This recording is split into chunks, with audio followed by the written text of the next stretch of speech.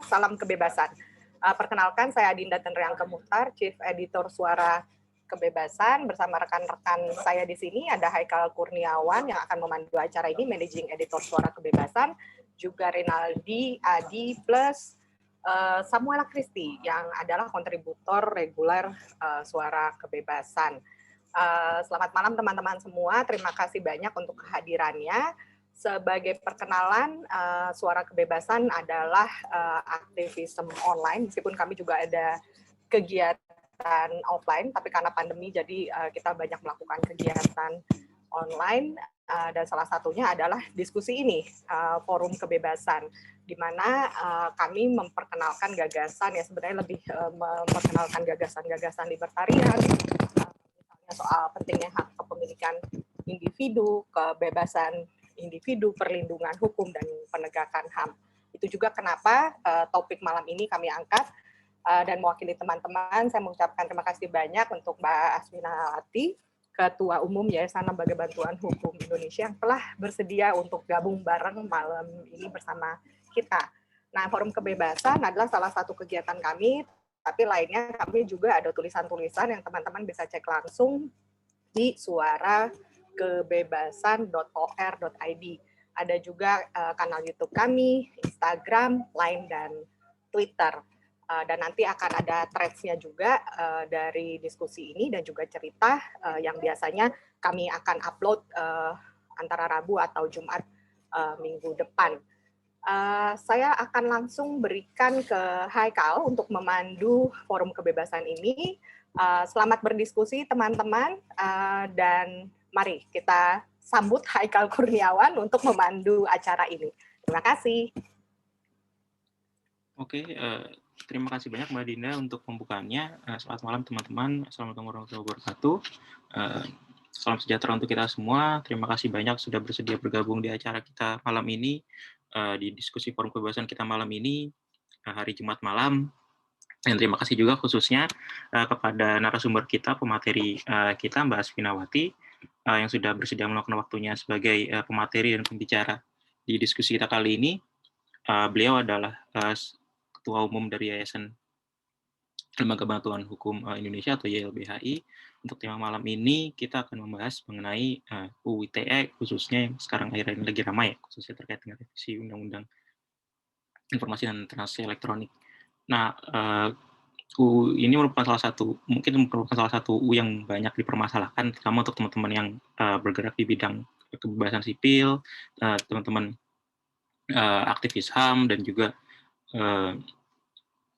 aktivis kebebasan berekspresi dan juga kebebasan berbicara di Indonesia. Nanti kita akan berdiskusi dengan Mbak Asvin terkait dengan UU ITE, kira-kira pasal-pasal mana yang kira-kira karet dan juga dampaknya terhadap beberapa banyak korban di Indonesia, dan juga kira-kira gimana nih Mbak terkait dengan revisi undang-undang ini, apakah memang harus semua direvisi atau mungkin sebagian saja, atau gimana, kita bisa diskusikan bersama Mbak Asvin. Nanti untuk teman-teman untuk diskusinya nanti setelah Mbak Asfinawati memaparkan materinya, nanti bisa kita ada sesi tanya jawab Q&A.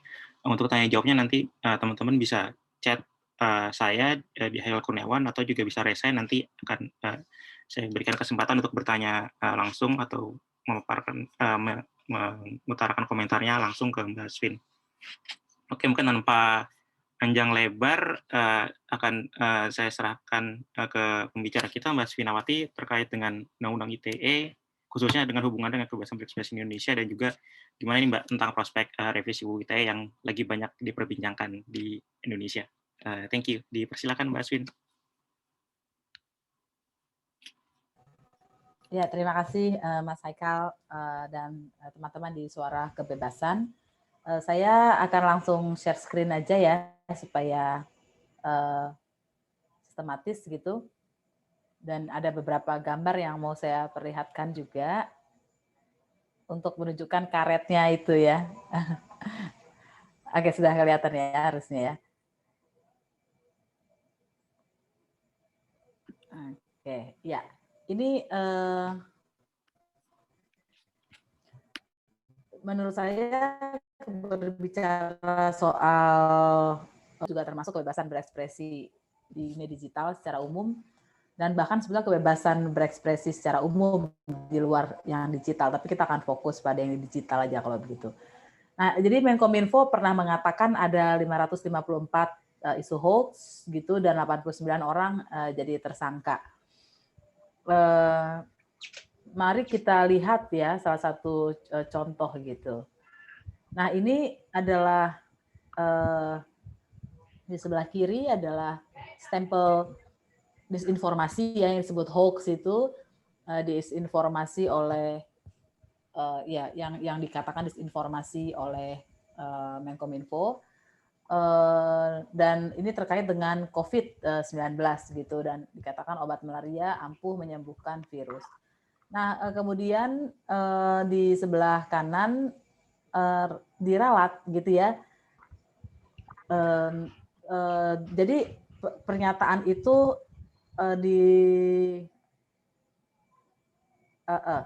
ya, jadi pernyataan ini diralat karena ternyata kenapa gitu diralat ya? Jadi ternyata stempel disinformasi Menkominfo itu juga relatif. Kalau kita lihat ini beritanya ya bahwa Kominfo mencabut stempel disinformasi obat kloroquine. Ya karena waktu itu Pak Presiden mengatakan bahwa kita sudah ngimpor bahwa obat kloroquine ini ampuh untuk menyembuhkan virus corona. Nah, jadi kelihatan sebetulnya apa yang disebut hoax dan bagaimana politik penegakan hukumnya itu kemudian sebetulnya tidak seketat itu juga kalau kita lihat satu kasus ini. Sebetulnya masih banyak kasus lainnya, teman-teman di ruangan ini bisa ikut sharing apa saja yang pernah ditemukan ya. Saya sendiri melihat beberapa kasus ada orang yang sudah minta maaf, mencabut postingan, tetap dibawa ke polisi gitu ya. Ada juga yang enggak. Jadi yang mana yang sebetulnya dipakai oleh polisi itu menjadikan kita bingung. Nah, ini kemudian yang kedua, yang banyak persoalan orang ditangkap menggunakan digital itu di dunia digital adalah tentang siar kebencian. Kemarin misalnya kalau kita kaitkan dengan polisi virtual, ada satu contoh postingan yang dimuat di detik.com, isinya tentang mengomentari berita tentang perselingkuhan artis gitu ya, penyanyi. Kemudian dia mendapatkan peringatan oleh polisi virtual itu untuk mencabut karena ini sudah melanggar pasal, dan pasalnya adalah siar kebencian karena memuat kebencian kepada si orang itu. Nah, siar kebencian itu kalau dalam surat edaran Polri memang banyak sekali, mulai dari penghinaan, pencemaran nama baik, penistaan, perbuatan tidak menyenangkan, memprovokasi, menghasut, menyebarkan berita bohong. Nah, tapi kan kita tahu bahwa penghinaan itu berbeda dengan pencemaran, berbeda dengan penistaan, perbuatan tidak menyenangkan. Ini semua hal yang berbeda-beda, dan di dalam kitab dan di dalam hukum pidana dia harus ketat sekali prinsip legalitasnya, itu tidak hanya tertulis, tetapi dia juga tidak bisa ditafsirkan lain. Dia ketat gitu ya. Misalnya saja pencurian dan penggelapan itu mirip, tapi dia berbeda dan tidak dapat dipertukarkan. Kenapa? Karena pencurian itu mengambilnya tanpa izin, sedangkan penggelapan mengambilnya itu diizinkan tapi kemudian tidak dikembalikan. Nah, saya lupa ini mungkin ada di bagian yang lain, nanti saya tambahkan. Siar kebencian atau hate speech itu di dalam Kovenan Hak Sipil Politik adalah, kalau kita bandingkan dengan ini, adalah menyebarkan, melakukan advokasi kebencian berdasarkan ras, agama, atau kebangsaan dengan melakukan kekerasan, diskriminasi, atau permusuhan. Jadi unsur-unsurnya bahwa siar kebenciannya itu, ujaran kebenciannya itu harus berdasarkan antara kebangsaan atau agama atau ras. Kalau tidak berdasarkan itu bukan siar kebencian namanya. Dan siar kebenciannya itu bukan cuma bilang saya benci, bukan, tapi dia harus ada dimensi dimensi diskriminasi, misalnya mari kita tidak lagi berbelanja di kantor, belanja di toko gitu. Artinya permusuhan, ayo kita musuhi dan melakukan yang agamanya ini. Nah, meskipun tindakannya tidak harus terjadi, tetapi unsur-unsur itu baru dinamakan siar kebencian. Kalau kita misalnya mengomentari seorang artis gitu ya, bahkan dengan kata-kata binatang misalnya, selama tidak ada berdasarkan etnis, ras, kemudian kebangsaannya dia atau agamanya, maka itu bukan siar kebencian gitu. Itu bisa pakai pasal yang lain, tapi ada banyak sekali kesalahan di dalam penggunaan ini. Nah, itu hal yang basic menurut saya, pemahaman dasar yang selama ini sering salah ini ya. Nah, dan kemudian ada pasal 27 ayat 3. Setiap orang dengan sengaja atau tanpa hak mendistribusikan dan lain-lain itu yang memiliki muatan penghinaan dan atau pencemaran nama baik. Masalahnya adalah tidak jelas siapa orangnya, meskipun ada penjelasan bahwa ini mengacu pada KUHP, tapi banyak ahli yang berpendapat penjelasan bukan norma. Dan anehnya kalau penjelasan itu jelas, kenapa masih banyak kasus-kasus yang salah menerapkan pasal ini, bahkan juga sampai ke pengadilan dihukum. Jadi karena tidak ada subjeknya, jadi atau objeknya, siapa orang yang dihina, kan kalau di KUHP itu barang siapa menghina orang lain. Nah ini orang lainnya tidak ada gitu. Dan baru ditambahkan di revisi, dan itu pun di penjelasan, di revisi Undang-Undang ITE. Jadi dia menjadi multitafsir, dia bisa jadi orang, dia bisa jadi lembaga, dia bisa jadi organisasi, dia bisa jadi simbol-simbol. Nanti kita akan lihat apa akibatnya berkembangnya pasal ini ya. Pertanyaannya juga kemudian kritik, apakah masuk dalam kriteria penghinaan atau pencemaran, karena tidak jelas ini unsurnya, dia menjadi multitafsir di soal unsur penghinaan atau pencemarannya. Padahal penghinaan dan pencemaran kepada lembaga negara gitu ya, kritik kepada lembaga negara itu bukan penghinaan, dan dia juga bukan orang, sehingga tidak bisa dihina. Apakah kasusnya ada? Banyak yang dia mengkritik pemerintah kemudian diambil dengan kasus-kasus dengan pasal-pasal pencemaran, penghinaan atau pencemaran nama baik ini.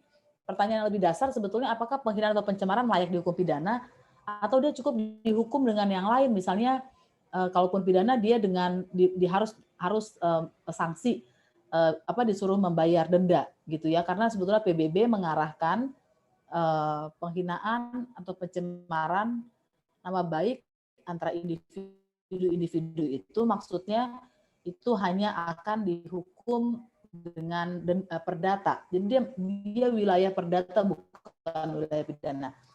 Saya minta maaf, lobet sebentar. Ya, oke.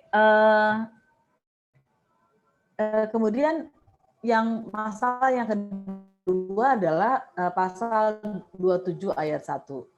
Setiap orang yang dengan sengaja dan tanpa hak distribusikan dan atau mentransmisikan dan lain-lain, tapi yang penting ini adalah memiliki muatan yang melanggar kesusilaan. Nah, kita banyak mendengar laporan PGO ya, kekerasan berbasis gender online gitu. Yaitu kekerasan berbasis gender tapi dilakukan di dunia digital. Dan beberapa laporan polisi banyak yang tidak menindaklanjutinya gitu, dengan alasan macam-macam, padahal korbannya nyata. Sedangkan ini sebetulnya mengambil undang-undang pornografi yang ditolak luas sekali pada waktu itu. Jadi dia berpotensi melakukan kriminalisasi kejahatan yang tanpa korban. Jadi baik yang ada korban maupun tanpa korban ini masuk ke dalam pasal 27 ayat 1 ini.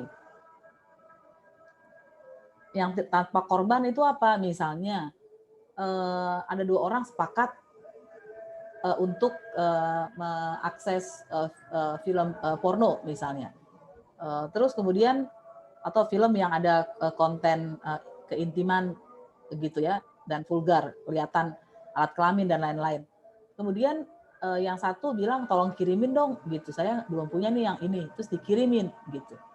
Dia artinya akan masuk ke dalam pasal ini. Padahal dalam peristiwa yang saya sebutkan tadi itu kan selama dia bukan anak, maka itu harusnya menjadi hak dia untuk mengakses itu. Kecuali kalau itu dipaksakan gitu ya, mengirimkan konten-konten itu tanpa izin dan atau yang melibatkan anak. Nah, itu baru persoalan yang lain. Tapi dengan pasal yang sangat luas seperti ini, maka orang yang bukan pelaku pun akan kena gitu. Karena itu saya tulis dia berpotensi mengkriminalisasi kejahatan yang nggak ada korbannya sebetulnya. Nah, masalah yang berikutnya adalah pasal 28 ayat 2. Setiap orang yang dengan sengaja dan tanpa hak menyebarkan informasi yang ditujukan untuk menimbulkan rasa kebencian atau permusuhan individu dan atau kelompok masyarakat tertentu berdasarkan sara. Pertanyaannya sebetulnya apa sih ukuran kebencian ini? Apakah kritik masuk dalam kriteria itu? Misalnya kritik kepada, pernah ada kasus dia mengkritik, dia sebetulnya berdasarkan kecintaannya sama suatu agama, agamanya dia tulis, umat sekarang sudah tidak kritis, ada kemunduran dan lain-lain, dan dia dilaporkan dan kena gitu. Nah, ini memang kebenciannya sendiri tidak jelas, dan kemudian antar golongan, dan ini diperparah dengan putusan MK yang mengatakan antar golongan ini termasuk adalah yang tidak masuk di dalam suku agama ras. Jadi bisa siapa saja gitu. Nah, ini kalau tafsirnya meluas, maka pejabat itu bisa masuk golongan gitu ya. Pemuka agama bisa masuk golongan ini, padahal sebetulnya yang harusnya dibela itu adalah, artinya pemuka agama yang dihina itu kan perlu dibela gitu ya, artinya dia bisa membela dirinya. Tapi bukan pemuka agamanya, tapi orangnya gitu, karena pemuka agama itu kan atributnya, atribusinya. Nah, ini beberapa contoh yang untuk menunjukkan karetnya Undang-Undang ITE ini ya. Jadi kalau kita lihat, dia sebetulnya sedang mengkritik dan melakukan perbaikan kepada rumah sakit gitu, pelayanan rumah sakit, dan dia dapat panggilan polisi. Dan kalau kita lihat ini kan dia menunjuk bahwa masalah ini ada karena KKN ya, nepotisme dan lain-lain itu.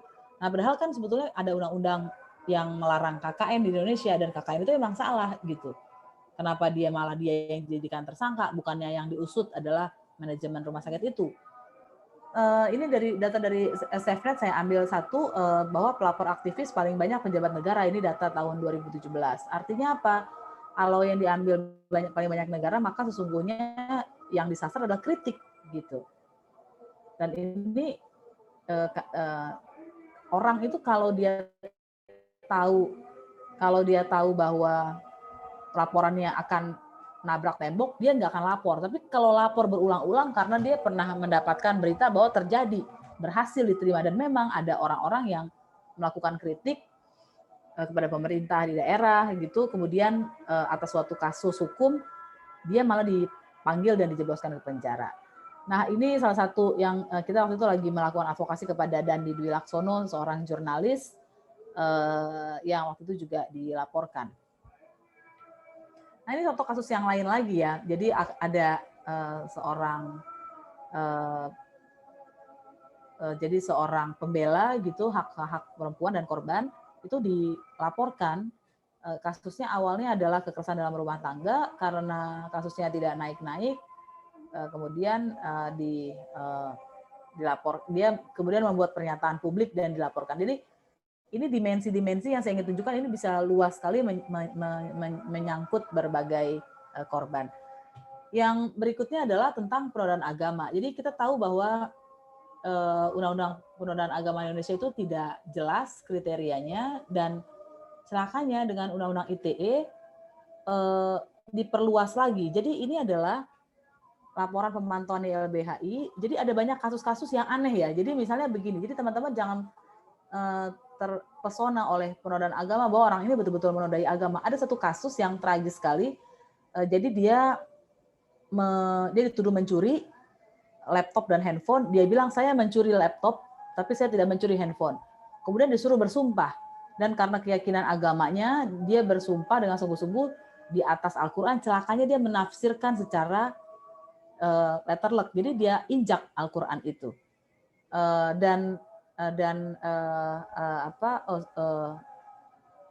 kemudian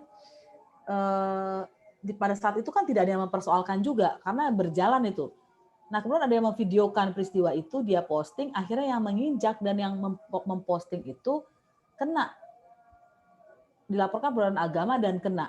Kalau kita lihat kasusnya, dia tidak sengaja menodai agama, justru itu karena dia meninggikan agama lah dia melakukannya. Caranya salah, iya betul, tapi artinya dia harusnya dikasih tahu cara yang betul gitu, bukan dihukum karena dia tidak sengaja untuk menodai, karena pasalnya kan penodaan agama harusnya dengan sengaja. Di luar masalah penodaan agama sendiri unsur-unsurnya tidak ketat gitu sehingga meluas. Nah ini contoh-contohnya banyak sekali, ada yang memelesetkan lagu Aisyah itu kena juga, dan dia bilang saya sebetulnya nggak bermaksud menodai agamanya, menyerang agamanya, karena dia pikir ini dia sedang memparodikan lagunya gitu. Jadi betul-betul meluas. Nah ini dia masalahnya, bahwa pasalnya sendiri, pasal penodaan agama sendiri di KUHP tidak jelas unsurnya, kemudian tidak membuktikan unsur dengan sengaja, dan justru tidak melindungi umat beragama. Seharusnya Indonesia itu mengaturnya hate crime. Hate crime itu adalah misalnya ada orang ditusuk karena agamanya gitu ya, maka atau didiskriminasi, maka dia harusnya dilindungi. Atau hate speech itu tadi yang saya sebutkan, dia didiskriminasi, dia ada pernyataan ujaran kebencian dengan atas dasar kebangsaan, agama atau ras dengan menganjurkan kekerasan, diskriminasi atau permusuhan. Nah, pasal 156 KUHP itu sering dipakai untuk hate speech, tapi sebetulnya dia tidak serupa, betul-betul serupa. Dan juga seharusnya ada pasal-pasal diskriminasi berdasarkan agama atau keyakinan seseorang. Sekarang kan adanya Undang-Undang 40 2008 tentang diskriminasi berdasarkan etnis atau ras. Nah, jadi sesungguhnya penodaan agama ini juga jauh sekali ya dari yang penggunaannya itu jauh sekali dari pasal-pasal, unsur-unsur pasal sebenarnya yang juga udah nggak jelas gitu. Oke. Nah, yang terakhir sebetulnya adalah bagian kedua terakhir kalau saya nggak salah ingat, ini adalah ini adalah diskriminasi penegakan hukum terkait Undang-Undang ITE. Jadi ini adalah beberapa contoh ya. RP Raffio Patra itu melaporkan bahwa dia diretas pada April 2020, Agustus 2020 belum ada tersangka, baru pemeriksaan saksi, dan sampai saat ini belum ada kejelasan kasusnya.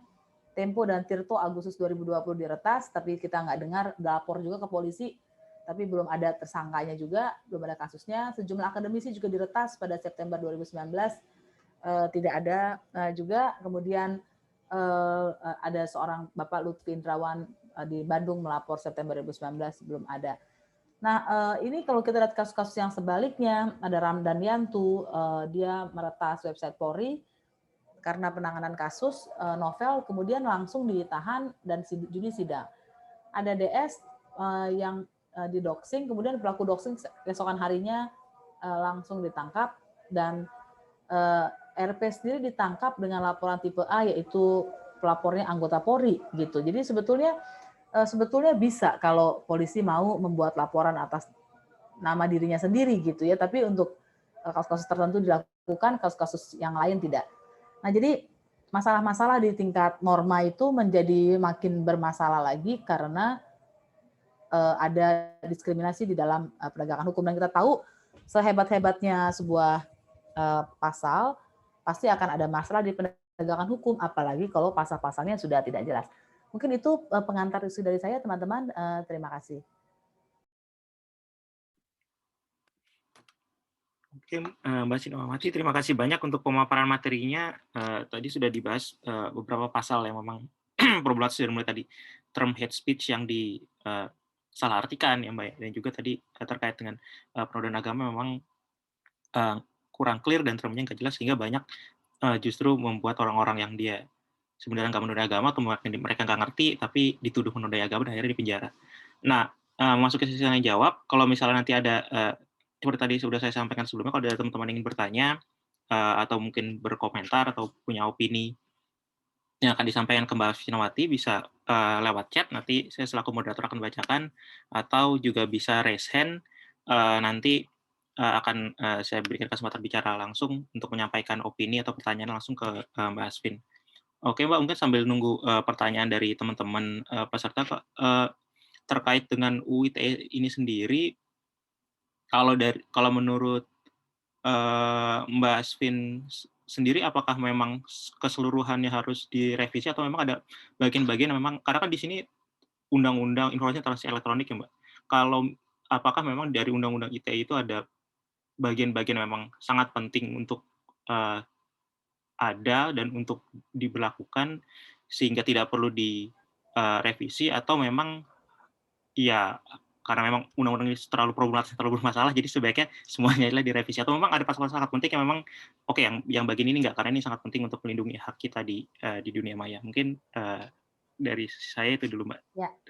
Terima kasih. Ya, terima kasih pertanyaannya Haikal. Jadi sebetulnya memang kan yang perlu dilindungi itu adalah soal transaksi ekonomi ya, maksudnya jual beli gitu di dunia digital itu kan perlu dilindungi, dan itu sebetulnya ada. Dan kalau kita ingat dulu pembuat undang-undang kan mengatakan ya kita ingin melindungi itu, tapi kalau kita lihat sekarang justru perlindungan kepada konsumen online itu kan enggak marak gitu. Yang ditekankan justru adalah soal pembatasan kebebasan berpendapatnya. Jadi saya pikir itu perlu dipertahankan dan bahkan perlu dipertajam. Juga ada persoalan yang mungkin perlu ditambah sebetulnya adalah kekerasan kekerasan seksual berbasis gender online itu. Nah, tapi kalau ditanya elektronik itu meskipun dia tidak memadai ya, belum ada perlindungan data pribadi dan lain-lain. Nah, jadi pasti ada yang dipertahankan, tapi pasal-pasal pidananya itu yang saya sebutkan tadi itu malah meleset gitu. Oke, thank you Mbak Asvin. Ini sudah masuk beberapa pertanyaan dari Nurul Fadilah. Ingin bertanya ke Mbak Asvinawati, adakah perbedaan dari hate speech dan hate crime, dan apakah kebijakan Presiden untuk revisi Undang-Undang ITE itu sudah baik?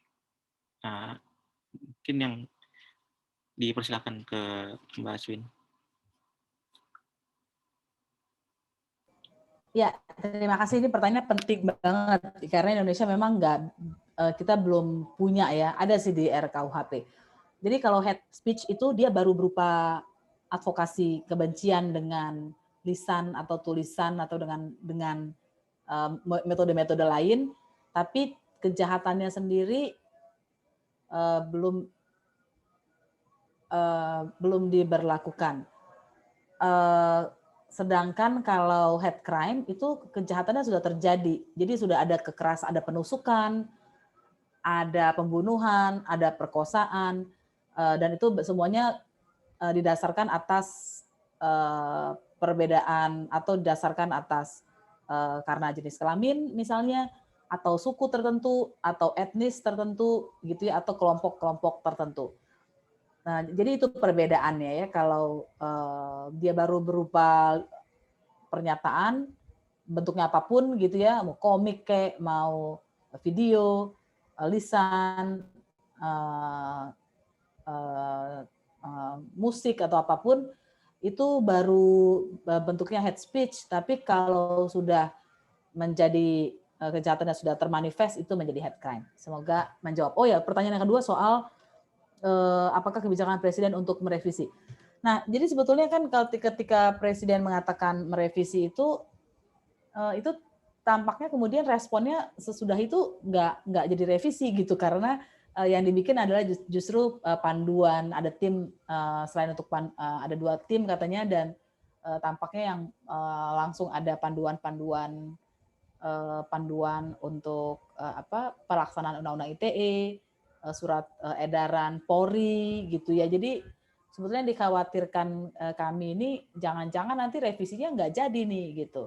Karena kemarin kita juga mendengar bahwa kalau kita dengar dengan teliti pernyataan Pak Presiden, sebetulnya dia sedang mengatakan kalau melakukan kajian dan kalau ditemukan yang buruk melakukan revisi gitu. Jadi sangat tergantung pada kajian yang dibuat oleh pemerintah. Kalau mereka merasa itu tidak ada yang buruk, maka tidak direvisi. Tapi semoga saja revisi ini benar-benar terjadi, dan mungkin perlu kita semua untuk mendorong agar revisinya betul-betul terjadi. Terima kasih. Oke, thank you Mbak Asvin. Pertanyaan lagi dari Fauzan mungkin agak terkait dengan pertanyaan yang pertama tadi yang saya tanyakan terkait dengan revisi Undang-Undang ITE, sebaiknya pasal apa dan seperti apa arah perubahannya. Nah, khususnya misal dengan ujaran kebencian dan kebohongan. Apakah mungkin kalau misalnya boleh saya tambahkan sedikit, lebih ke perdata mungkin Mbak, kalau yang mungkin kebohongan, atau kira-kira menurut Mbak Aswin kalau direvisi yang terkait dengan kebencian kebohongan kira-kira gimana Mbak? Thank you. Iya, jadi kalau penghinaan itu sudah diarahkan itu secara perdata. Nah, kalau ujar kebencian itu dia sebetulnya kalau menurut PBB itu dia tidak harus selalu langsung dipidana, tapi dia dilarang dan ada tes. Jadi ini sebetulnya sebuah perbuatan yang cukup rumit ya. Jadi kalau kita lihat pendapat para ahli, maka dia akan ada derajatnya. Kalau yang berat itu misalnya dalam konteks tertentu dilakukan oleh tokoh-tokoh, maka dia harus masuk ke pidana misalnya. Tapi kalau itu sedang dilakukan oleh misalnya anak SMP gitu ya, bukan anak SMP emang nggak bisa, di anak-anak emang nggak bisa. Misalnya begini ya, misalnya kita mengatakan kamu ini misalnya adalah berantem di kelas gitu ya, berantem di kelas atau di kampus, di sebuah kelas di kampus, dan itu bernuansa ujaran kebencian dengan diucapkan di depan aksi massa 1.000 orang, pasti berbeda tuh. Kenapa? Karena di depan aksi massa 1.000 orang atau bahkan 100 orang itu bisa dengan cepat menjadi manifest. Massa tergerak dan langsung mari kita hancurkan bangunan gedung milik mereka gitu. Tapi kalau di kelas itu paling akan jadi serangan-serangan individu, berantem. Dan itu mungkin mereka kalau menurut surat edaran Polri dan juga ketentuan internasional itu tidak harus langsung dipidana, tapi dia diperingatkan gitu ya, diperingatkan dan mungkin dilihat kalau masih lagi baru kita baru dia akan dipidana. Begitu aturannya. Oke, thank you Mbak Aswin. Ini pertanyaan dari Alfa Kamila. Oh, ini press release. Nah, ini nanti dulu deh. Kalau yang pertanyaan dari Mas Derby Pambudi, sedikit itu dari materi Undang-Undang ITE melalui konferensi pers beberapa waktu lalu, pemerintah membuat 2 tim untuk merespon polemik UU ITE. Yang pertama itu tim berpedoman interpretasi dipimpin oleh Menkominfo, dan yang kedua untuk tim kajian untuk mengkaji revisi UU ITE. Di satu sisi pedoman interpretasi bukanlah bagian dari hierarki peraturan perundang-undangan. Pedoman interpretasi hanyalah sebatas penerusan substansi dalam UU ITE. Di sisi lain, revisi UU ITE nampaknya tidak semudah itu dilakukan, mengingat dinamika di DPR akhir-akhir ini.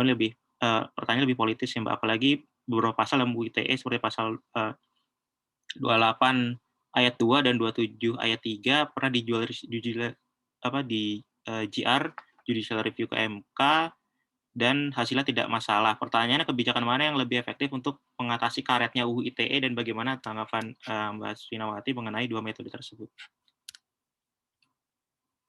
Ya, ini pertanyaan karena paham gitu ya, jadi lebih sulit dijawab. Kebijakan mana yang lebih efektif? Ya, jadi kan ini kita mau berputar gitu. Yang lebih efektif tentunya sebetulnya ya pasal itu dimatikan gitu, diubah, diganti. Nah, tapi kalau mau dicari kayak anti racunnya, ya sebetulnya penawarnya itu ada di RKUHP, di KUHP. Tapi kan masalahnya KUHP-nya juga, RKUHP-nya juga banyak masalah di sisi yang lain gitu ya. Ini kita memang betul-betul mentok sana mentok sini gitu. Kemudian mengenai 2 metode ya, mengenai 2 metode. Pertama begini, dimanapun sebetulnya politik penegakan hukum itu bisa menjadi jawaban. Tapi masalahnya kan Indonesia ini kultur hukumnya tuh tidak ajek ya, tidak pasti gitu, dan tidak terbangun. Contohnya apa? Contohnya saya pernah beberapa kali, pertamanya serius, lama-lama saya cuma ngetes gitu ya ke beberapa Polres, Polda, terus dulu gitu, kemudian saya bilang, ini ada surat edaran, ada peraturan Kapolri, per Kapolri tentang hak asasi manusia gitu. Kok kalian nggak pakai ini sih? Kenapa masih begini penanganannya gitu ya, berdebat lah waktu itu. Mereka nggak tahu ada perkap itu. Nah setelah saya menemukan satu Polda nggak tahu, saya tes itu di tempat yang lain dan mereka juga nggak tahu. Jadi peraturan Kapolri itu tidak didengar oleh polisi, gitu ya kan?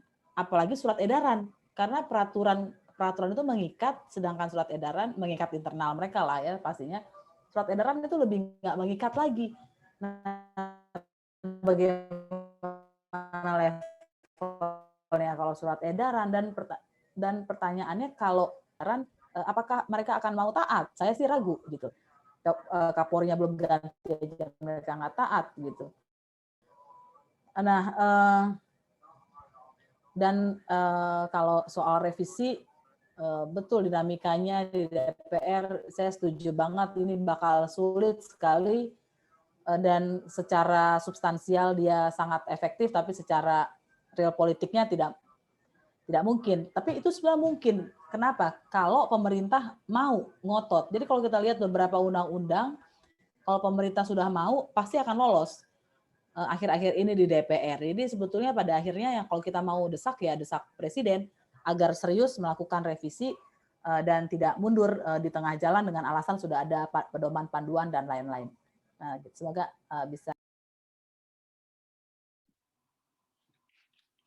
Thank you Mbak Aswin. Mungkin terkait tadi pertanyaan sebelumnya, kalau dari pengamatan Mbak Aswin sendiri, kalau konstelasi politiknya sendiri di DPR gimana sih? Maksudnya apakah memang banyak fraksi-fraksi yang memang mendukung revisi ini, atau mungkin pernah ada beberapa yang diskusi dengan Mbak Aswin bahwa mereka setuju dengan revisi UU ITE, atau memang ya wacana ini ya memang nggak populer aja dan itu memang bukan wacana yang populer, bukan wacana prioritas, jadi akhirnya ya jadi sambil lalu aja presiden ngomong gitu selesai, nggak ada progresnya sama sekali, atau memang Mbak Sun ngeliat di DPR memang ada prospeknya, ada kekuatan politik, ada beberapa fraksi yang memang mereka memang bersedia untuk mengawal revisi ini sampai selesai. Thank you Mbak. Iya, jadi memang DPR itu ada beberapa indikasi. Saya sendiri pernah bertemu gitu dan mereka mengatakan atau salah seorang mereka mengatakan ini masalah di penegakan hukum, di polisi, bukan di undang-undang, bukan salah kami yang bikin gitu ya. Oke. Nah, penegakan hukum betul ada masalah, tapi masalah itu juga ada di level normanya. Yang kedua, kalau kita lihat RKUHP, mungkin teman-teman masih ingat tahun 2019 dan sekarang mau ada jalan lagi nih, kita harus hati-hati juga karena persoalan-persoalan ini ada juga di KUHP, persoalan kebebasan berpendapat ini, pandangan mereka tentang kebebasan berpendapat itu buruk di RKUHP. Jadi kan sebetulnya kita bisa melihat alam pikiran mereka itu dari RKUHP itu kan, dari draft RKUHP itu, meskipun itu juga dibuat bersama pemerintah, tapi DPR-nya sudah setuju itu. Dan betul sekali tadi, nanti MK itu bisa menjadi alat untuk mengatakan, MK sudah mengatakan nggak ada masalah kok, meskipun pada kenyataannya MK itu pernah berapa kali berubah pikiran dalam beberapa undang-undang. Pertamanya mereka bilang tidak melanggar konstitusi, setelah di judicial review beberapa tahun kemudian udah ada jatuh korban di judicial review, mereka bilang mereka ubah pendapatnya gitu. Jadi sebetulnya itu tidak mutlak juga putusan MK akan gitu. Itu ya, semoga cukup menjawab Mas Haikal. Oke, thank you Mbak Aswin. Ada pertanyaan dari kawan saya, Renaldi, lewat personal chat, ingin bertanya terkait dengan revisi Undang-Undang ITE ini, apakah hanya berlaku yang misalnya kritik ke publik, misalnya ke pemerintah, dampaknya apakah hanya berlaku kritik yang ke publik, misalnya ke pemerintah ya Mbak? Kan banyak misalnya orang-orang yang dituduh mengkritik pemerintah, tapi mereka dituduh menyebabkan hate speech kan, atau dampaknya juga bisa ke yang aspek personal lah, misalnya kalau si A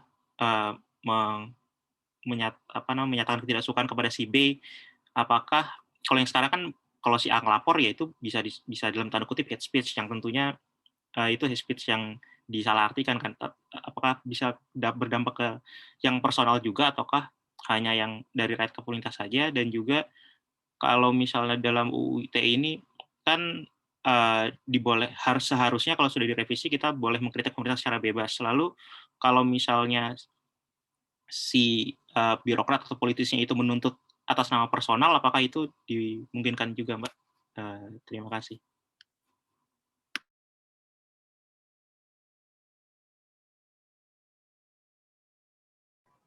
Iya, jadi sebetulnya dia bisa masuk ke wilayah personal ya. Jadi kalau kita perhatikan kasus-kasusnya, ada yang cukup tragis ya menurut saya, karena sebetulnya yang dia lakukan itu di ruang privat ya.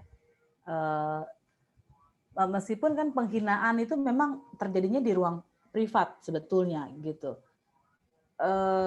Jadi di dalam ada kayak seperti Pak Saiful Mahdi itu ya yang dari akademisi dari Aceh itu, sebetulnya kan yang dia lakukan itu bukan diposting di mana-mana, tapi itu dalam WhatsApp group. Dan saya tahu ada satu kasus lagi yang terjadi persis seperti yang menimpa Pak Saiful Mahdi. Dia dilaporkan orang di dalam WhatsApp group itu.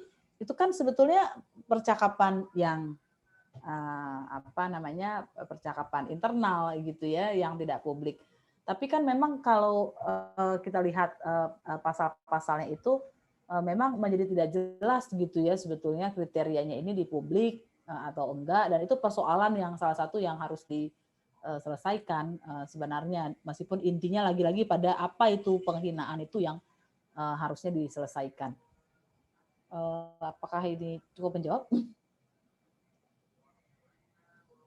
Iya, Mbak, kalau misalnya yang terkait yang pertanyaan kedua, kalau misalnya sudah direvisi, apakah masih dimungkinkan kira-kira kalau politisi yang dikritiknya misalnya dia menuntut tapi misalnya atas nama pribadi gitu, itu masih dimungkinkan atau enggak? Atau mungkin gini, kalau misalnya seandainya tadi salah satu case-nya kan yang Mbak Aswin sampaikan, kalau misalnya penghinaan itu bisa masuk ke perdata gitu, Mbak. Ya. Saya sebagai orang yang awam hukum, kalau misalnya saya membayangkan, katakanlah misalnya ini udah direvisi ke perdata, terus misalnya ada politis yang dia dikritik sama jurnalis atau aktivis, terus dia nuntut perdata sekian miliar aktivis atau ke jurnalis itu kan, itu kayaknya nggak mau memecahkan masalah juga gitu, Mbak. Benar, Thank you. benar. Terima kasih, ini jadi penting sekali ini. Jadi ini mungkin sebetulnya harus didengar oleh pembuat kebijakan ya. Saya juga jadi baru kepikir bahwa memang harusnya diperjelas, yang paling pertama diperjelas memang kritik itu bukan penghinaan. Jadi kayak presiden itu kan sebetulnya lembaga, bukan orang gitu ya. Kecuali kalau kita bilang misalnya Pak Jokowi ini nilai rapot SMP-nya jelek, Anda goblok dan apa-apa gitu ya, yang kasar, yang menghina gitu. Nah itu bisa masuk penghinaan karena dia belum jadi presiden kan waktu itu gitu ya. Tapi kalau yang dikritik adalah kebijakannya, atau misalnya wahai ketua DPR, kenapa kamu nggak mendengarkan kami nih tentang kebebasan masyarakat yang di ini, kamu udah budek kah gitu. Nah kemudian tersinggung dan marah, menurut saya itu nggak bisa ya, karena itu terkait dengan kerja dia gitu.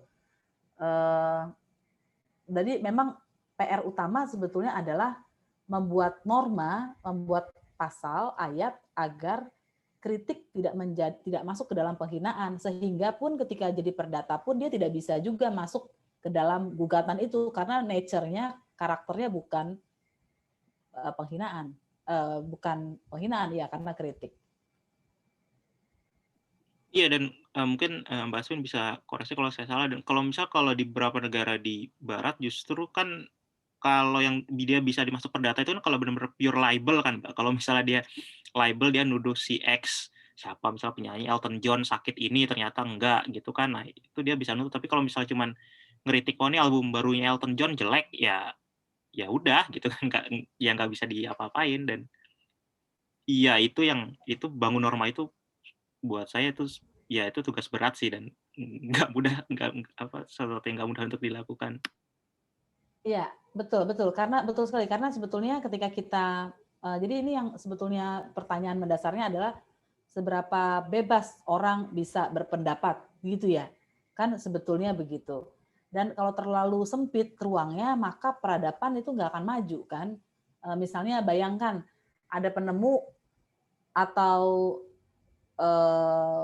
pencipta, baik itu lagu, sastra, atau yang lain-lain, atau bahkan arsitek gitu. Kemudian dia tidak bisa terima kalau disebut buatan kamu jelek banget sih gitu, nggak artistik banget, nggak menarik. Kemudian tersinggung, ya peradaban kita ya segitu aja gitu. Tapi kalau kemudian ditantang, dihina, bukan dihina ya, dia ditantang, dikatakan jelek, dan dia berjuang terus, itu kan justru sebetulnya meningkatkan peradaban. Jadi memang pada dasarnya publik itu juga perlu dicerahkan, meskipun saya merasa publik itu sebagian besar terpengaruh dengan pasal-pasal hukum yang ada gitu ya. Jadi bukan kebalikan, rakyat menginginkan itu, bukan, tapi begitu pasalnya ada, kemudian orang memanfaatkannya. Jadi yang tadinya udah toleran gitu ya, atau biasa dikritik, kemudian ada kesempatan nih kita pidanakan gitu. Ya, saya setuju itu, bahwa kalau kita terlalu sedikit-sedikit kemudian juga menggugat perdata, itu sebetulnya bisa mengancam kebebasan berpendapat, dan tidak, sebetulnya begini kan, kalau kita nggak suka sama orang, dengan pendapat orang, kita balas dengan pendapat gitu. Tapi tetap perlu ada ruang untuk orang yang menghina itu, karena kan nggak semua orang mau menghina orang lain juga gitu. Kalau tadi resepnya adalah kata dilawan dengan kata gitu, apakah ketika dia mengeluarkan kata-kata yang kasar gitu, kan nggak semua orang mau juga membalas itu dengan kata-kata yang kasar. Karena itu ruang hukum tadi yang secara perdata itu tetap perlu dibuka. Cuma dengan dan saya pikir kalau orang disuruh menggugat, dia pasti akan mikir-mikir kok, karena itu usaha ya. Harus bikin gugatan, harus daftarin, harus sidang. Itu juga sebetulnya metode untuk membuat orang berpikir ulang. Kalau dia mau menggugat orang lain karena merasa terhina, dia akan berpikir ulang. Oke, thank you Mbak Aswin. Ada masih pertanyaan lagi dari salah satu peserta, dari Farah, terkait polisi cyber. Permisi, saya bertanya ke Mbak Aswin.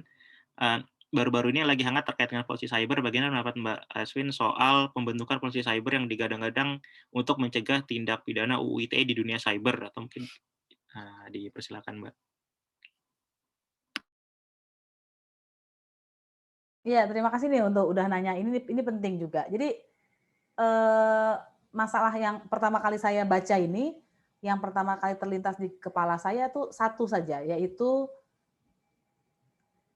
bagaimana kita bisa membela diri kalau kita dicap oleh polisi cyber bahwa kita telah masuk kategori pasal-pasal pidana Undang-Undang ITE.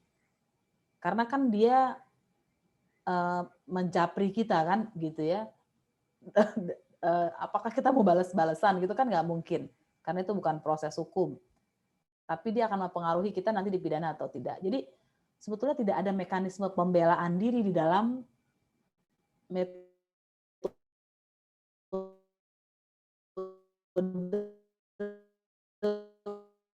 polisi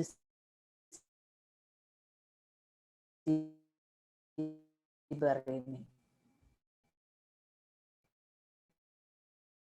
Polisi, ya. Saya, ya itu yang saya katakan tadi di presentasi, di pertanyaan sebelumnya, saya melihat berita tentang polisi siber yang memperingatkan seorang karena katanya melakukan ujaran kebencian terhadap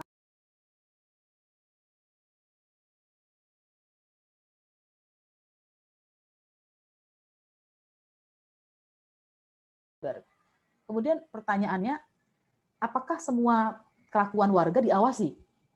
Dan kenapa dia diawasi? Sesuatu itu diawasi sebetulnya intinya karena dia dilarang kan. Jadi misalnya Anda dilarang untuk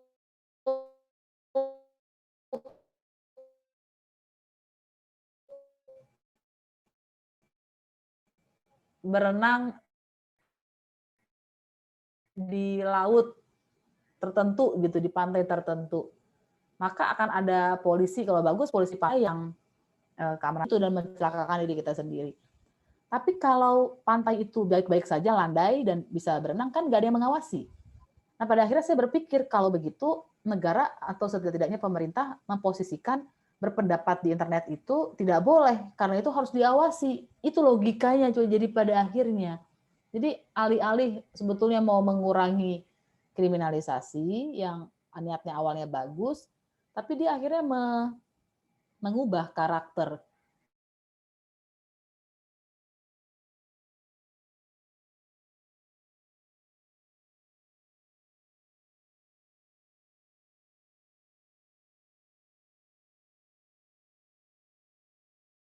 Menjawab pertanyaannya ya.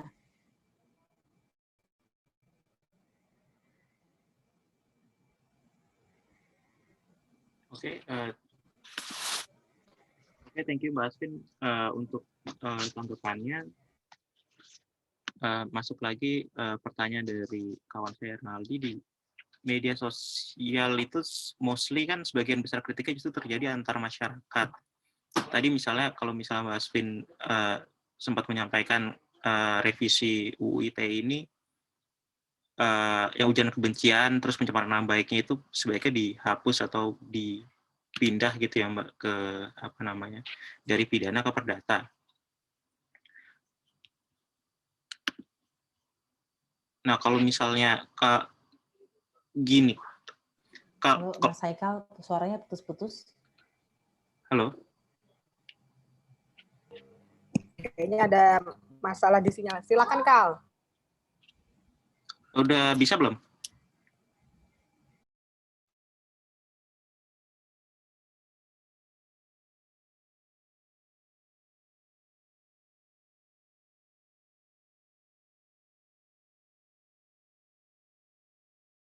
Kritik sesuatu di story WhatsApp, terus dilaporin pelanggaran ITE atau apapun di sini. Sehingga memang kan itu hal yang subjektif ya Mbak Aswin. Jadi antara jadi peraturan yang ada benar yang seperti dibilang Mbak Aswin tadi, dong. Meskipun tadi yang menarik ya Mbak Aswin, sebenarnya menggugat itu kan nggak mudah.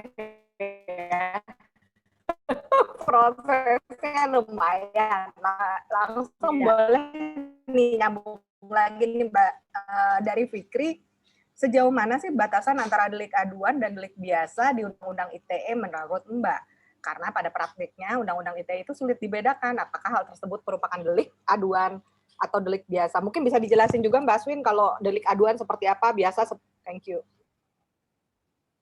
Ya, jadi tadi ya memang masalahnya kan sekarang yang tadi yang pertanyaan, Indonesia itu belum menganut sanksi perdata untuk penghinaan, masih pidana. Karena itu wajar pertanyaan-pertanyaan ini ya, karena kita jadi ketakutan gitu, dan ketakutan itu banyak ya, bahkan jurnalis itu juga ketakutan karena ada beberapa jurnalis tidak sedikit juga yang kena Undang-Undang ITE dan lain-lain. Jadi pada intinya sebetulnya semua apa yang kita omongin itu sebetulnya itu kita bebas berpendapat kan sebetulnya. Saya ngomong yang seharusnya gitu ya. Kecuali kita dasarnya itu sebetulnya hanya kita boleh dilarang, dipidana itu kalau melakukan diskriminasi rasial atau etnis, kemudian melakukan ujar kebencian. Di luar itu kita sebetulnya bebas. Nah, celakanya memang di Indonesia ada Undang-Undang ITE.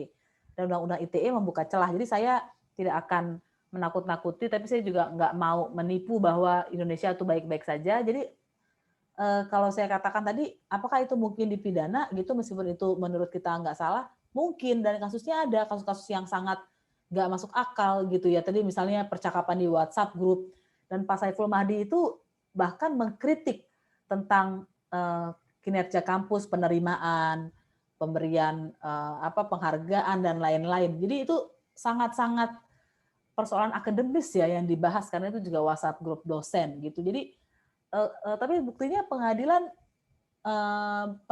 menghukum beliau gitu, celakanya nih Undang-Undang ITE.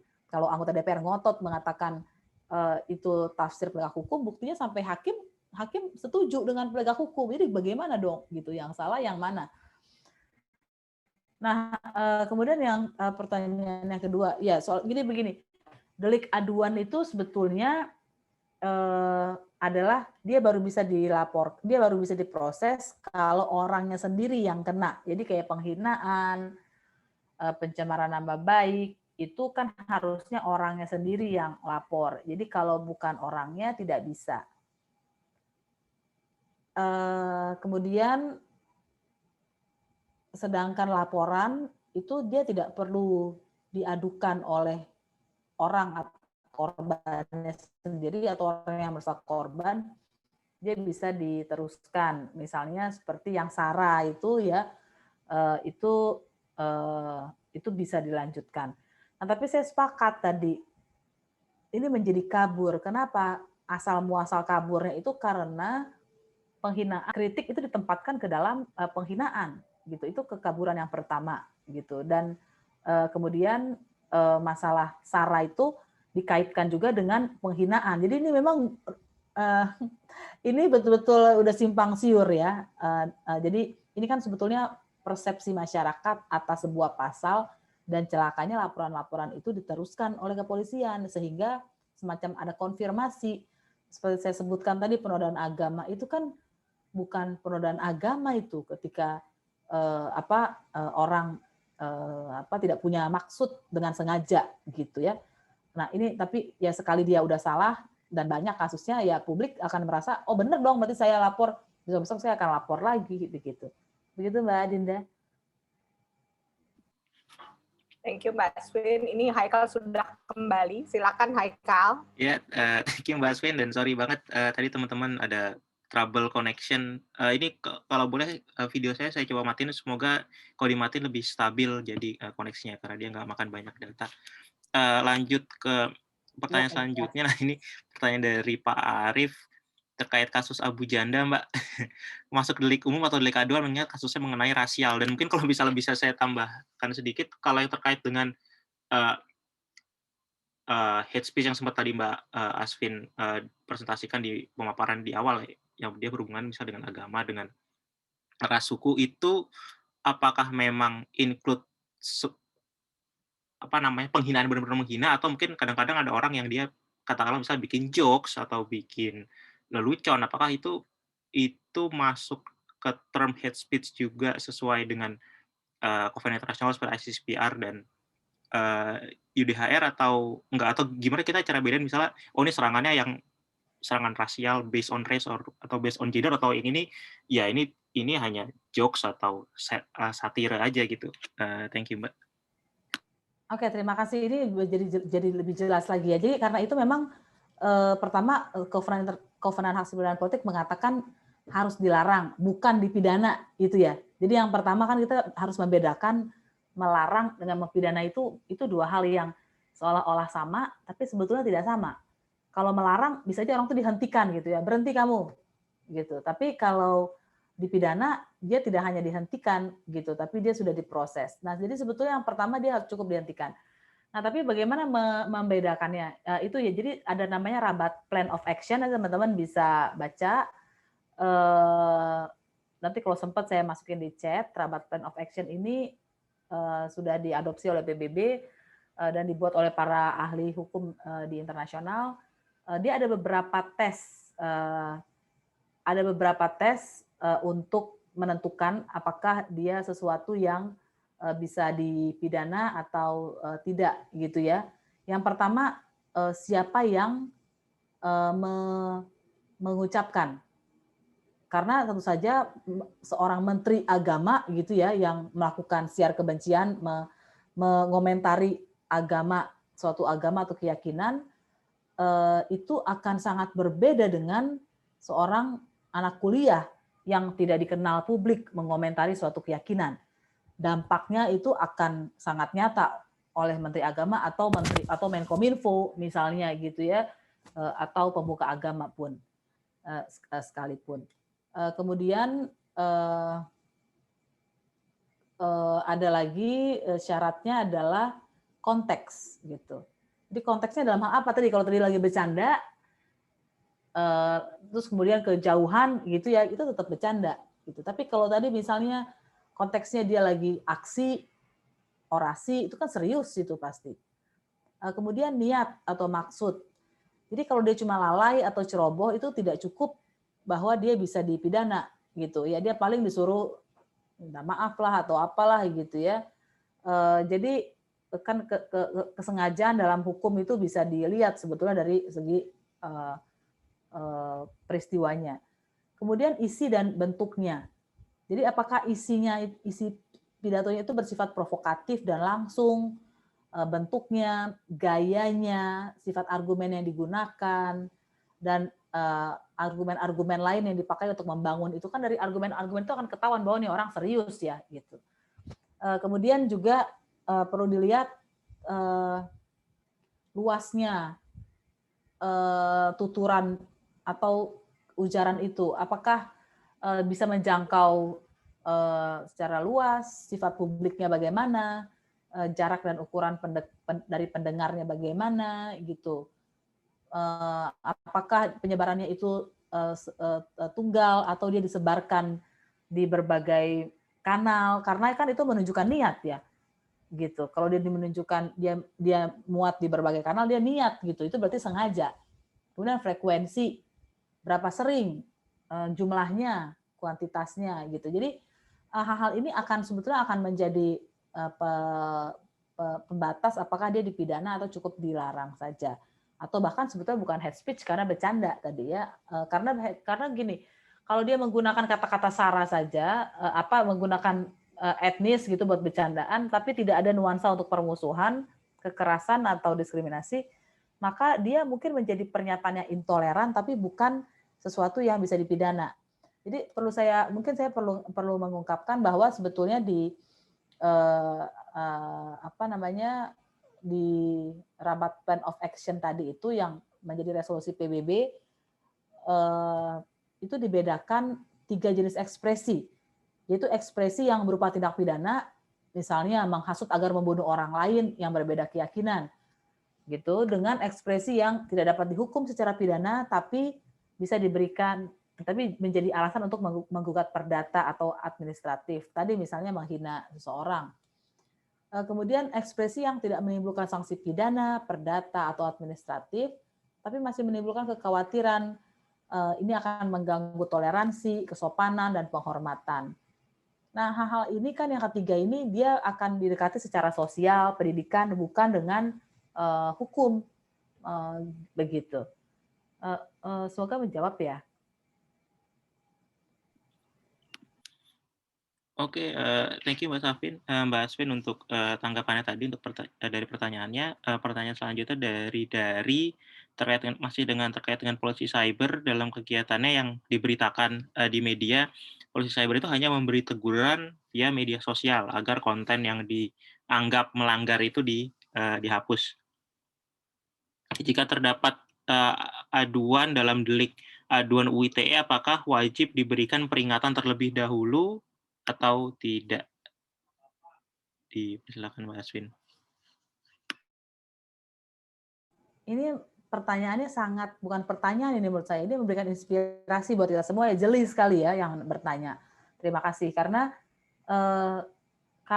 seharusnya kalau delik aduan kan tidak gitu, karena ya orangnya baru akan menjadi delik, baru menjadi masalah kalau orangnya tidak setuju gitu. Tapi kalau orangnya diam aja nggak ada kasus kan, gitu. Tapi saya juga nggak terlalu jelas. Tapi kalau dari surat edaran tentang si virtual police ini, bagaimana mekanisme mereka? Tapi kalau lihat dari surat edaran, mereka membedakan memang antara yang delik aduan dengan delik laporan itu,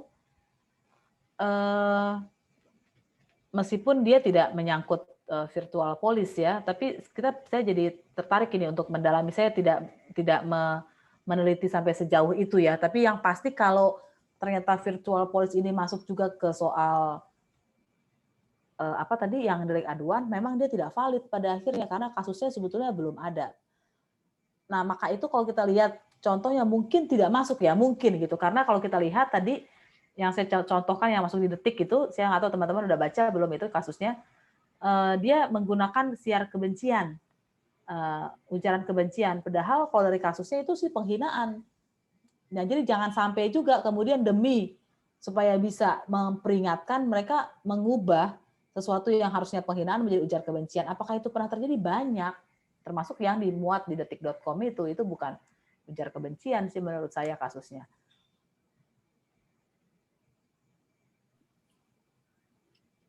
Oke, thank you Mbak Aswin.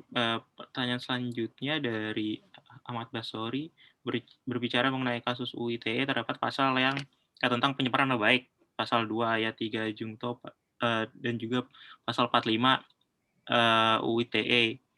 Nah, yang menjadi masalah UU ini biasa dipakai oleh terdakwa untuk mengcounter yang pelapor itu, sehingga para pelapor yang berniat untuk menegakkan keadilan malah terjerat dan akhirnya dipenjara, seperti kasus KPK yang melapor pihak yang diduga melakukan penganiayaan ke Polda Metro Jaya namun malah dirapor balik atas dugaan pencemaran nama baik.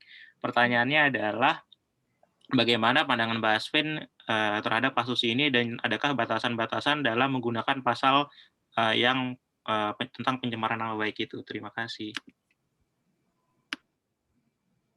Ya, ini saya pikir contoh yang baik sekali ya. Jadi serangan balasan ya namanya ya. Serangan balasan, dan ini banyak juga menimpa petani, mahasiswa, buruh gitu, aktivis yang sedang mengurus sesuatu, kemudian memberikan pernyataan di publik, dia malah dilaporkan dengan kasus ini, diadukan dengan kasus dengan undang-undang ITE. Nah, menurut saya sih itu nggak masuk ya, tapi polisi menganggap itu masuk karena kasus itu banyak. Jadi kalau ditanya bagaimana seharusnya, menurut saya kita sulit untuk menerapkan. Jadi dalam hukum itu kan kita kenal dengan istilah yang seharusnya dan senyatanya gitu ya. Nah, di persoalan undang-undang ITE kita sulit menjawab yang seharusnya, betul-betul dengan seharusnya, karena peluangnya itu diberikan oleh undang-undang gitu, yaitu dengan tetap ada penghinaan. Sebetulnya kalau di KUHP kan tidak berupa sebuah pencemaran nama baik kalau itu dilakukan untuk kepentingan publik. Pertanyaannya, polisi membuktikan nggak itu? Melihat nggak bahwa itu dilakukan untuk kepentingan publik? Misalnya yang mengkritik pembangunan jembatan yang roboh misalnya gitu ya, dan lain-lain itu. Ngomong-ngomong, saya baru taruh rabat plan of action di chat kalau teman-teman mau baca lebih dalam. Terima kasih. Thank you Mbak Aswin untuk jawabannya, dan juga thank you banget untuk filenya. Teman-teman bisa download juga. Pertanyaan selanjutnya dari Agus Hulu, jika UU ITE ini semakin dilonggarkan atau direvisi ya, apakah kemudian fenomena buzzer atau pendukung-pendukung politik yang membuli lawan politik akan semakin marak? Nah, ini suara sekarang di medsos kita nggak bisa kontrol, dan kita nggak tahu nih orangnya anonim atau enggak. Nah, ini kalau menurut Mbak Aswin kira-kira ada apa namanya,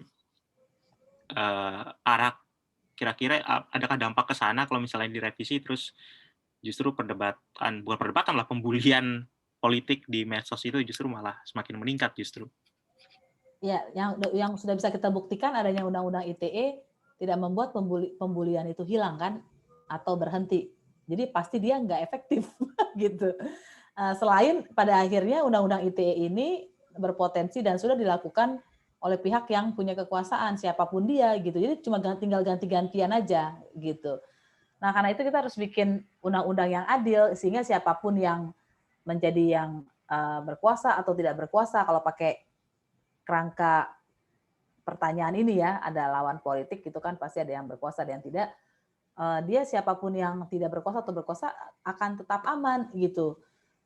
Nah, sebetulnya ada cara lain untuk mengurangi buzzer itu, misalnya dengan kan ada yang punya platform ya, jadi Facebook dan lain-lain itu kalau nggak salah pernah juga membuat kebijakan mereka yang pakai bot gitu, itu ya di take down gitu, karena itu bukan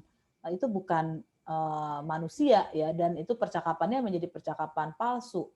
Nah, dan sebetulnya kalau polisi melakukan patroli siber gitu ya, sebetulnya pemilik platform itu juga bisa melakukan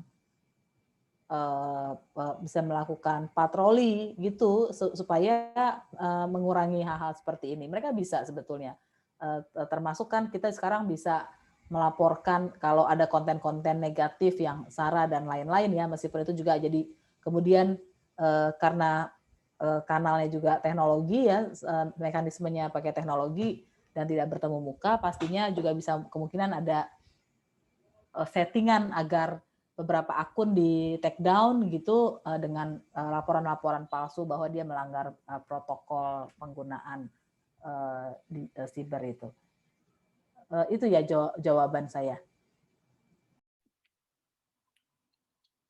Oke, thank you Mbak Asvin untuk jawabannya.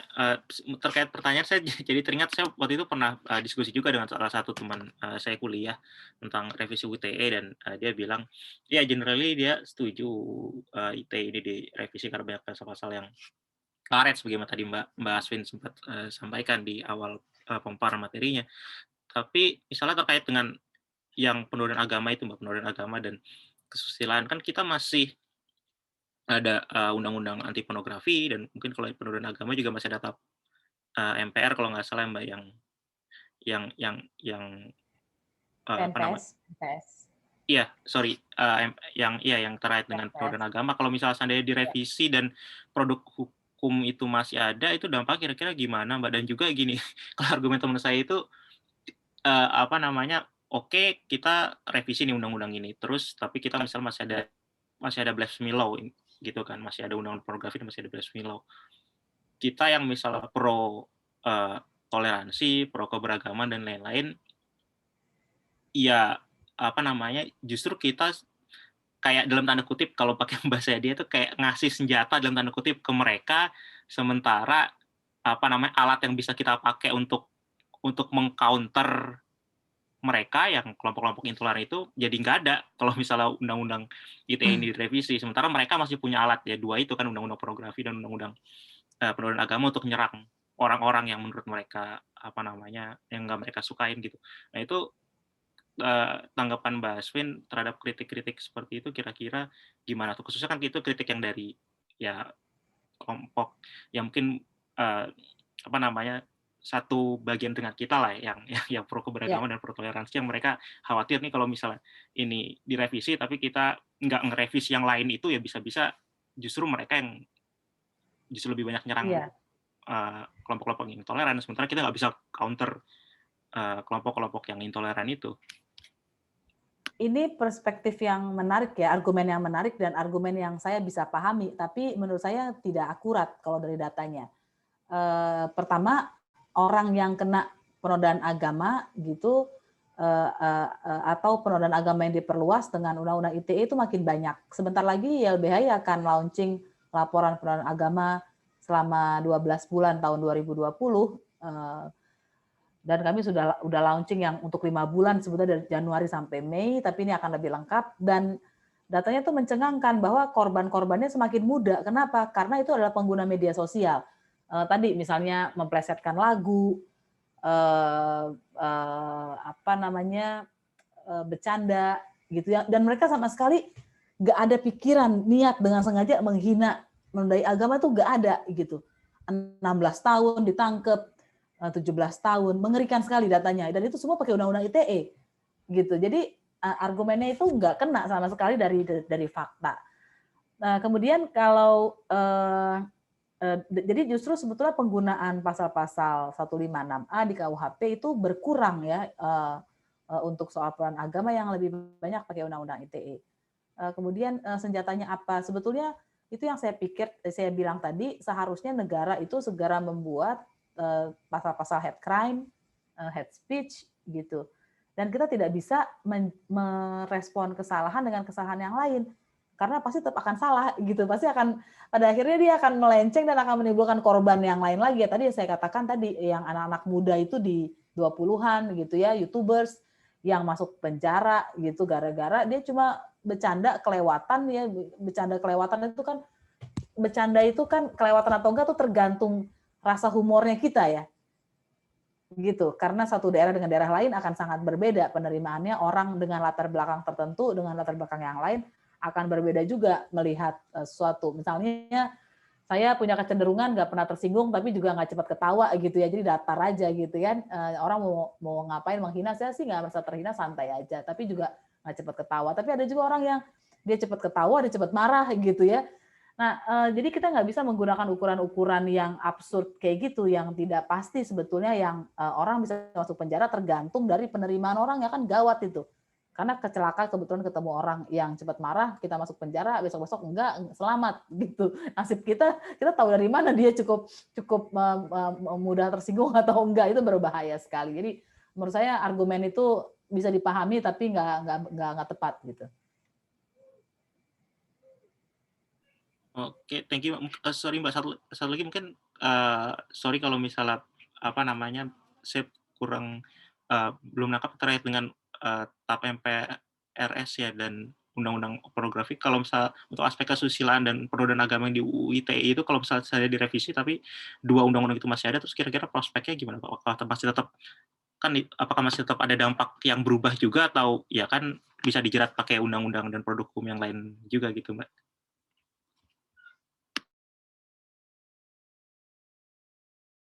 Kalau menggunakan logikanya pemerintah kan, maka penghinaan dan pencemaran nama baik di KUHP tidak bisa dipakai untuk menjerat di online. Maka itu peraturan-peraturan yang tidak bersifat online tidak bisa dipakai. Jadi kan tetap lebih aman kan, setengah seharusnya tidak ada gitu. Oke, thank you Mbak Aswin. Dari Mbak Dinda, halo Mbak, tadi ada mau bertanya juga? Iya, thank you Ya, Haikal. dipersilakan Mbak. Mbak Aswin, menarik banget nih diskusi ini, dan ini adalah topik yang sangat timely. Saya nggak tahu apakah Mbak Aswin dipanggil oleh pemerintah mewakili masyarakat sipil, karena ini menjadi sangat penting, terutama tadi ketika bicara upaya untuk revisi Undang-Undang ITE. Saya ini pernah ya, jadi ada di dalam WhatsApp group yang waktu itu kayaknya kasus yang di Medan itu loh, yang gara-gara azan. Saya lupa kasusnya, Bu siapa? Bu Meliana. Betul Bu Meliana. Jadi waktu itu dan memang kita di Suara Kebebasan juga ada menulis beberapa artikel yang membela kebebasan berpendapat lah. Artinya ada penegakan hukum, bukan hanya dilihat dari aspek agamanya yang berbeda. Kebetulan waktu itu juga mungkin banyak yang pro presiden lah, waktu itu masa-masa kampanye lah. Jadi dibilangnya begini Mbak Aswin, kalau bisa sekarang kita jangan ngurusin ego masing-masing deh, yang penting menang dulu gitu-gitu.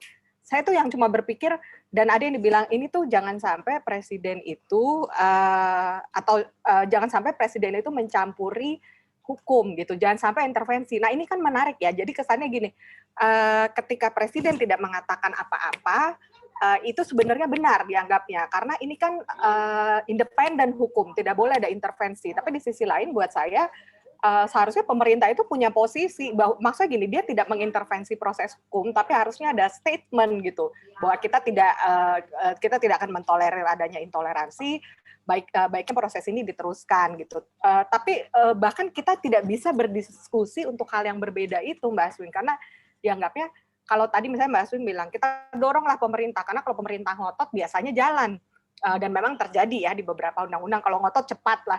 Nah sekarang kalau ada yang berpendapat ya jangan dong, itu lo berarti mengintervensi, padahal secara konstitusi kan pembuatan undang-undang tuh sebenarnya ranah berdua kan sebenarnya. Nah itu seperti gimana sih kita menyikapinya, kadang-kadang ada hal-hal seperti itu yang ada perdebatan, nggak usah perdebatan lah, diskursusnya itu tidak jadi berkembang. Karena jadi kita lawan mereka atau aku lawan kamu gitu.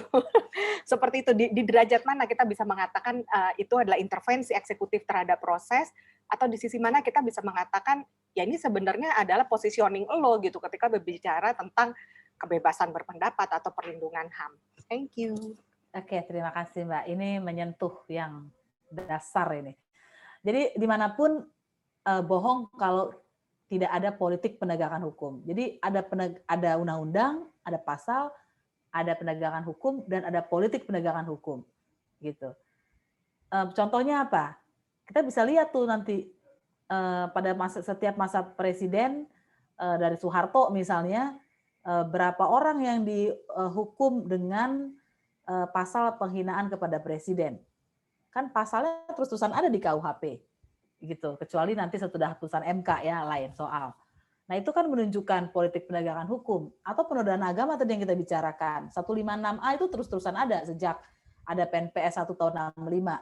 Tapi ada disertasinya Pak Zainal Bagir yang mengatakan pada masa Orde Baru dia nyaris mati gitu kasusnya bisa kita sebut ya, ada Arswendo, karena bisa disebut karena sedikit sekali, tapi ketika reformasi dia justru membeludak gitu. Nah itu kan artinya ada politik penegakan hukum di sana karena pasalnya sama, yang dituduh melakukan itu juga pasti terus-terusan ada. Nah itu yang pertama. Yang kedua tentu saja Presiden juga adalah pihak yang dapat mengajukan undang-undang. Jadi sebetulnya posisi dia yang paling jelas itu digunakan melalui otoritasnya, yaitu mengajukan revisi undang-undang atau mengajukan undang-undang baru. Dan kalau soal penodaan agama itu kita jangan lupa bahwa Pak Menko Polhukam itu punya andil yang sangat besar karena dulu YLBHI dan kawan-kawan banyak sekali lembaga itu dapat surat kuasa, salah satunya dari Gus Dur untuk judicial review Undang-Undang 1 PNPS ini. Hakim ketuanya Pak Mahfud dan menolak gitu. Dan jadi itu yang menarik ya. Persoalan yang lain di kejaksaan itu dia punya wewenang menghentikan perkara demi kepentingan umum. Meskipun tentu saja nggak bisa dipakai setiap hari gitu kan. Polisi juga punya polisi. Jadi kalau begini, kalau presiden tidak boleh mencampuri penegak hukum, kalau penegakan hukumnya salah, itu mencampuri nggak namanya? Bukan, itu menjalankan fungsi kontrol. Apakah ada yang salah? Banyak. Tadi misalnya pasal 27 ayat 3 yang harusnya orang ditafsirkan menjadi lembaga. Lembaganya bisa kampus, bisa dikatakan pemuka agama, macam-macam begitu. Nah, kalau ada yang kalau ada yang itu dan itu bertentangan, dan apalagi itu kemudian menyangkut persoalan konstitusi bahwa itu melanggar kebebasan berpendapat yang dijamin oleh konstitusi. Jadi ketika seorang pemerintah atau DPR tidak ikut-ikutan campur di dalam kesalahan penegakan hukum, apalagi yang menyangkut persoalan kebebasan yang dijamin konstitusi, dia sebenarnya sedang melanggar konstitusi. Jadi lebih serius gitu. Karena kalau dalam bernegara kita tidak mendasarkan relasi dengan konstitusi, pakai apa lagi dong? Nah itu yang menurut saya kekacauan di Indonesia, karena kita pakai perasaan kita sendiri-sendiri gitu kan. Menurut saya ini melanggar hukum gitu, tapi kita nggak lihat konstitusinya. Dan memang harus utamakan konstitusi di dalam kehidupan kita sebagai bangsa dan negara ini memang rumit sekali ya, karena ada suatu masa konstitusi ini jadi jualan kekuasaan dan akhirnya dia kena stigma negatif. Jadi Pancasila, konstitusi itu jadi kena stigma negatif dan susah untuk ngangkat supaya laku lagi gitu menurut saya. Apalagi pemerintah sendiri juga dan berbagai badan negara seperti ya macam-macam gitu, itu kadang-kadang juga tidak mengikuti konstitusi gitu, jadi dia makin nggak laku. Semoga menjawab ya Mbak. Thank you Mbak. Oke, thank you Mbak Aswin. Kalau pertanyaan selanjutnya masih terkait dengan tema kita tentang revisi UU ITE. Kalau misalnya yang kemarin dari Presiden Jokowi sudah mengeluarkan statement bahwa beliau ingin UU direvisi. Kalau misalnya dari teman-teman LBH, dari Mbak Aswin sendiri atau dari Koalisi Masyarakat Sipil, kira-kira ngelihatnya kenapa momennya sekarang gitu Mbak? Kenapa bisa sekarang? Kan itu kan pasti keluar statement itu nggak tiba-tiba ujuk-ujuk nih tiba-tiba Pak Presiden langsung ngeluarin gitu. Apakah memang karena isunya makin populer? Apakah memang ada justru makin banyak politis yang kena UU ITE ini sehingga ya udahlah kita revisi aja karena banyak politis yang kena, atau memang iya dari teman-teman LBH mungkin menemukan strategi baru yang bisa mengangkat isu ini lebih naik sehingga mendapat perhatian dari Pak Presiden. Itu kira-kira momennya kenapa sekarang Mbak? Itu ya saya masih agak penasaran juga sih kenapa tiba-tiba bisa ngeluarin statement itu. Ya kalau gini, jadi ada kalau jawaban GR-nya mungkin karena publik banyak berteriak tentang kebebasan berpendapat yang dibungkam ya semua orang gitu. Termasuk juga berbagai indeks demokrasi menunjukkan poin-poin demokrasi kita turun. Bahkan kalau pakai data The Economist Intelligence Unit, yang paling tinggi itu kan pada tahun 2015. Jadi pemerintahan Pak Jokowi sendiri itu mengalami penurunan di dalam dirinya sendiri. Gitu. 2015 itu paling tinggi sejagat selama Indonesia ada gitu. Dan kemudian turun terus sampai 2019, 2020 itu bisa lebih rendah dari 2011 gitu. Jadi datanya makin parah. Nah, jadi kalau GR-nya mungkin untuk itu, tapi kalau nggak GR-nya mungkin karena banyak pejabat-pejabat negara atau mantan pejabat negara ikut komentar gitu ya. Jadi maksud saya nggak GR itu karena yang didengar pada akhirnya apa namanya politisi-politisi senior ini ya, bukan publik yang luas gitu yang berbicara, bukan ketika mahasiswa banyak sekali menyuarakan ini, perempuan dan lain-lain, tapi politisi. Makanya saya bilang kalau nggak GR-nya mungkin itu, tapi kita tidak pernah tahu karena kita harus tanya kepada Pak Jokowi atau pembisiknya mungkin ya kenapa sekarang.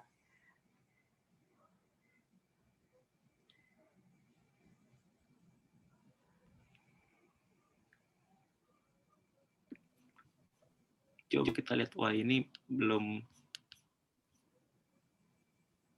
ada pertanyaan lagi dari teman-teman peserta. Oke, mungkin kalau sekali lagi kalau misalnya teman-teman ingin bertanya bisa lewat chat, bisa ke saya pribadi yang namanya Haikal Kurniawan, atau bisa juga lewat chat yang biasa, atau bisa raise hand.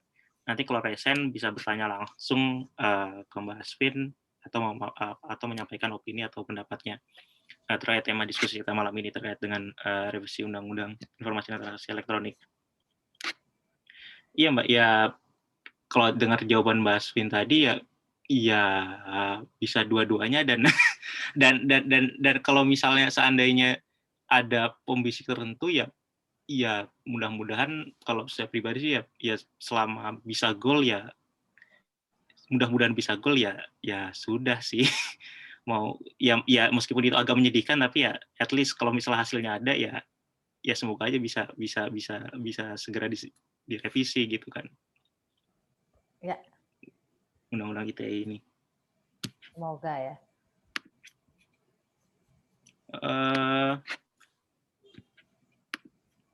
Mungkin kalau gini Mbak, kalau misalnya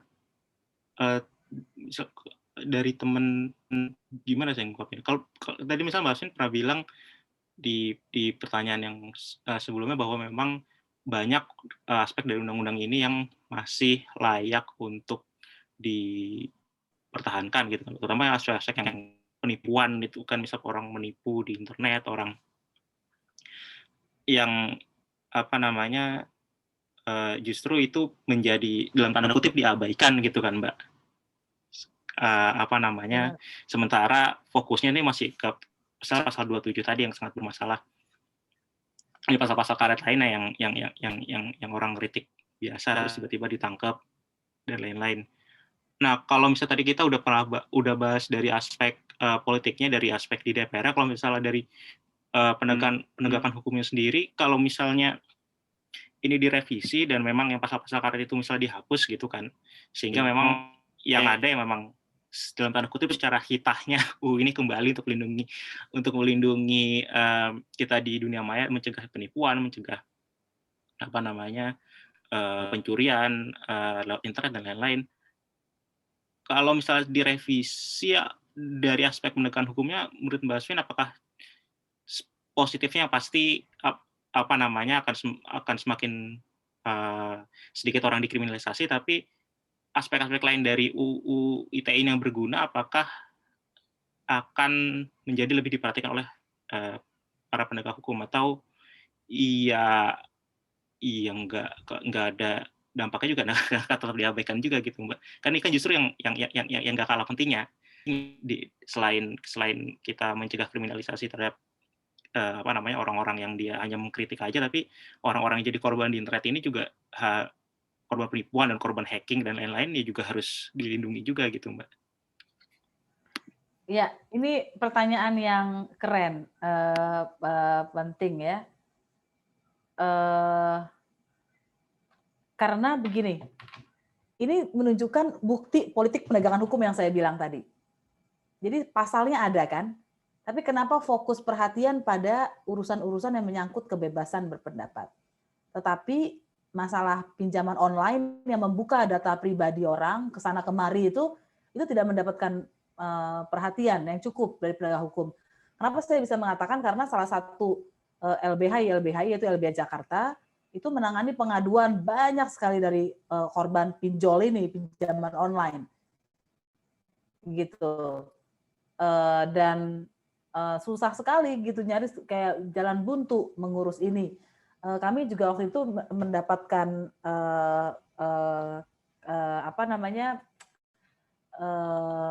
kasus dari Komnas Perempuan mengenai kekerasan berbasis gender online gitu.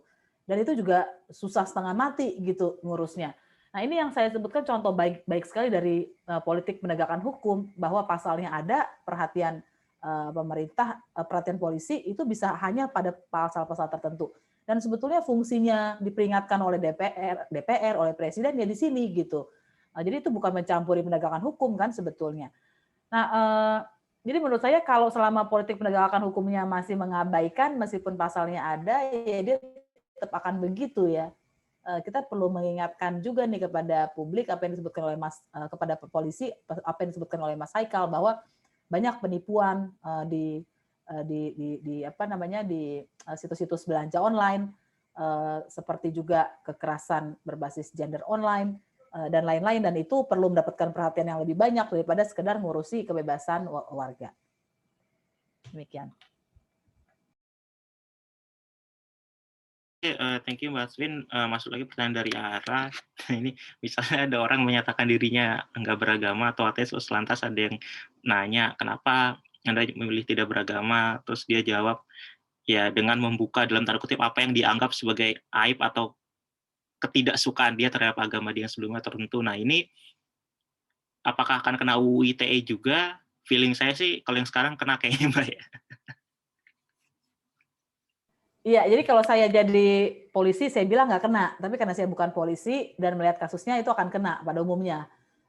Terutama kalau kalau itu kan dilakukan misalnya dua arah ya. Jadi misalnya kalau itu adalah percakapan dua orang di dunia online yang mereka yang tahu gitu.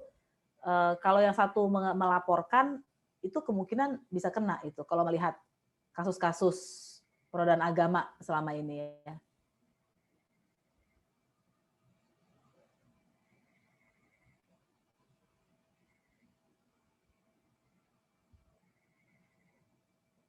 Oke Mbak Aswin, thank you untuk jawabannya. Nah, ini masuk lagi pertanyaan yang dalam chat personal dari peserta, mengutip dari ucapan Mahfud MD terkait dengan kritik dan hinaan tidak bisa didefinisikan, sebab kritik ini kalau nggak salah tadi sempat Mbak Aswin singgung juga ya, kritik dan kadang juga menyentuh pada aspek personal, bukan cuma lembaga. Misalnya kita mengkritik si A tidak pantas sebagai ketua lembaga ini atau lembaga itu karena misalnya dia suka berjudi atau suka mencuri misalnya.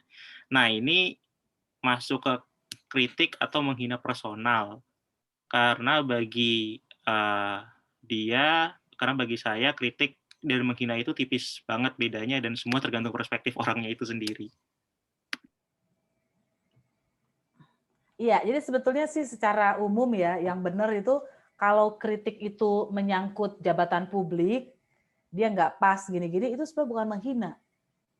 Gitu. Itu kritik menurut saya. Tapi kalau udah kehidupan personal, itu bisa masuk ranah kritik. Kehidupan personal itu kan, kalau tadi kan itu publik ya, bahwa menurut kami dia nggak pantas karena punya cacat etika gitu. Nah, kalau yang dalam persoalan di persoalan pribadi ya misalnya ya misalnya body shaming gitu ya, atau misalnya ya body shaming gitu misalnya. Tapi kalau seperti tadi contohnya sih menurut saya itu bukan penghinaan. Nah, cuma saya takut nanti omongan saya dipakai bahwa kalau gitu kita bebas melakukan itu. Dan artinya begini, Undang-Undang ITE ini kan punya masalah, penegakan hukumnya punya masalah juga Jadi ada masalah di atas masalah gitu. Sehingga kasus-kasus menunjukkan semua hal yang kita pikir tidak bisa dipidana ternyata dipidana. Hal-hal yang paling tidak masuk akal. Jadi kalau teman-teman itu punya suatu kali kesempatan mempelajari putusan, bukan mempelajari lah, membaca putusan, teman-teman akan tercengang gitu. Seperti saya ketika pertama kali di LBH menerima konsultasi, itu tercengang. Kok ada sih orang kayak gini aja ditangkap gitu. Tapi tercengangannya nggak cukup kan gitu. Ternyata hukum itu begitu tidak adil dan penegakan hukumnya tidak adil. Jadi memang kita perlu sama-sama memusatkan kekuatan kita untuk meminta agar undang-undang ITE ini direvisi, bukan cuma dibuat panduannya aja.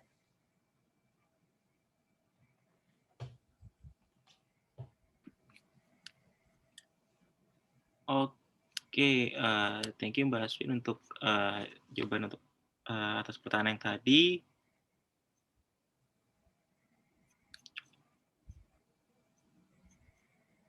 Ini saya lagi lihat apa namanya yang tadi file yang Mbak Asvin kirim ya, yang terkait dengan rabat hate speech yang tadi Mbak Asvin sempat kutip juga.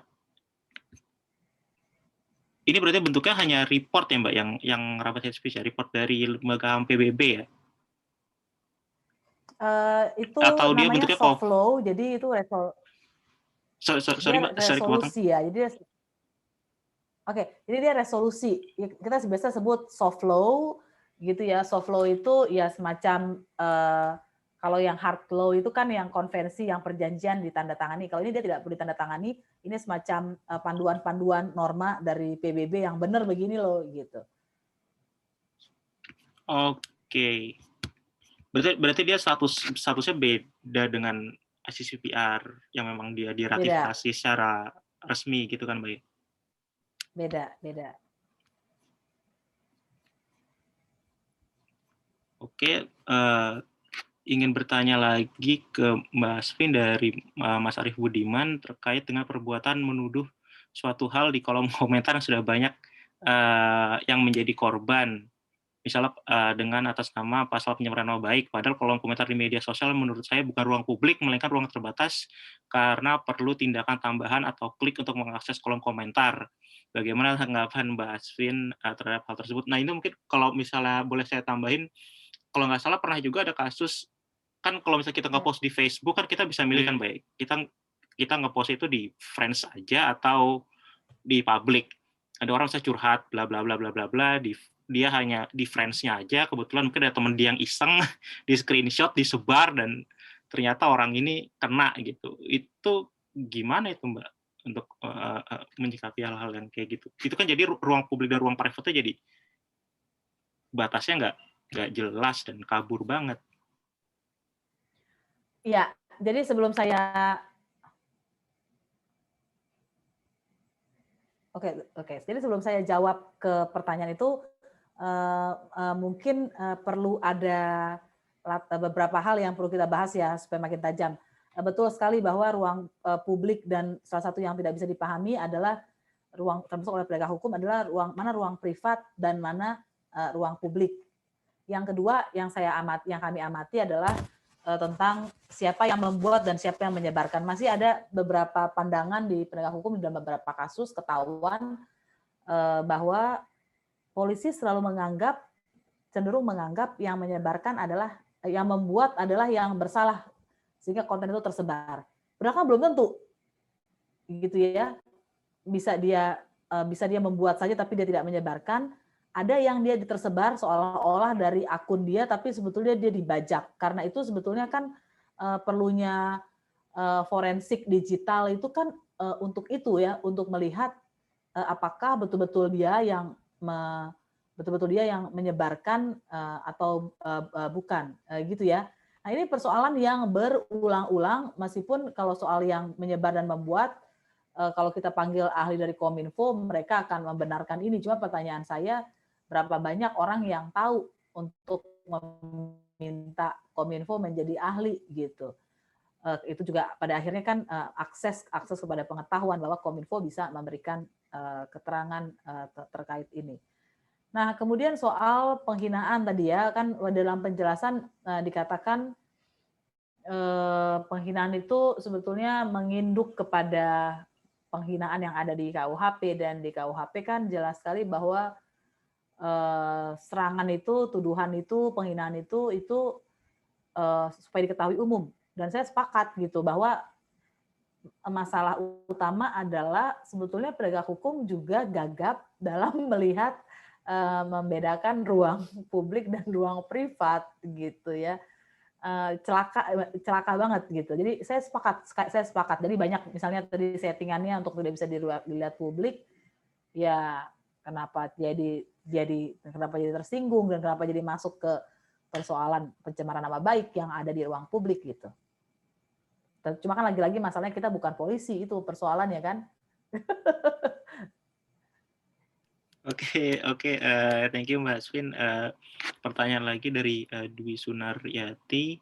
Saya adalah salah satu warga negara yang awam hukum, tapi setelah ikut diskusi ini, saya jadi berpikir bahwa masyarakat kita sedang geger kesadaran hukum, sementara hukum itu sendiri masih sangat rawan untuk mengkriminalisasi seorang. Bagaimana feedback dari YLBHI agar gegar kesadaran hukum ini tidak kembali terjadi? Iya, terima kasih. Saya pikir ini merangkum Kak Dwi Sunaryati merangkum dengan sangat bagus banget ya, bahwa ada 2 bandul itu ya, warganya melaporkan, tapi juga hukumnya membuka peluang. Saya ingat betul pernah melakukan penelitian mengenai pendirian rumah ibadah yang juga ramai akhir-akhir ini, peraturan bersama 2 menteri itu.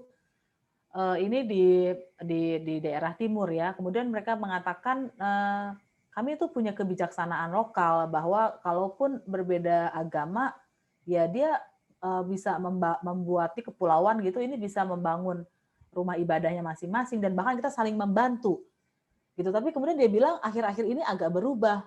Kenapa? Karena orang-orang tahu ada PB2M. Jadi orang kemudian menjegal, oh tuh kan umat kamu nggak sampai 90, berarti kamu nggak bisa mendirikan rumah ibadah.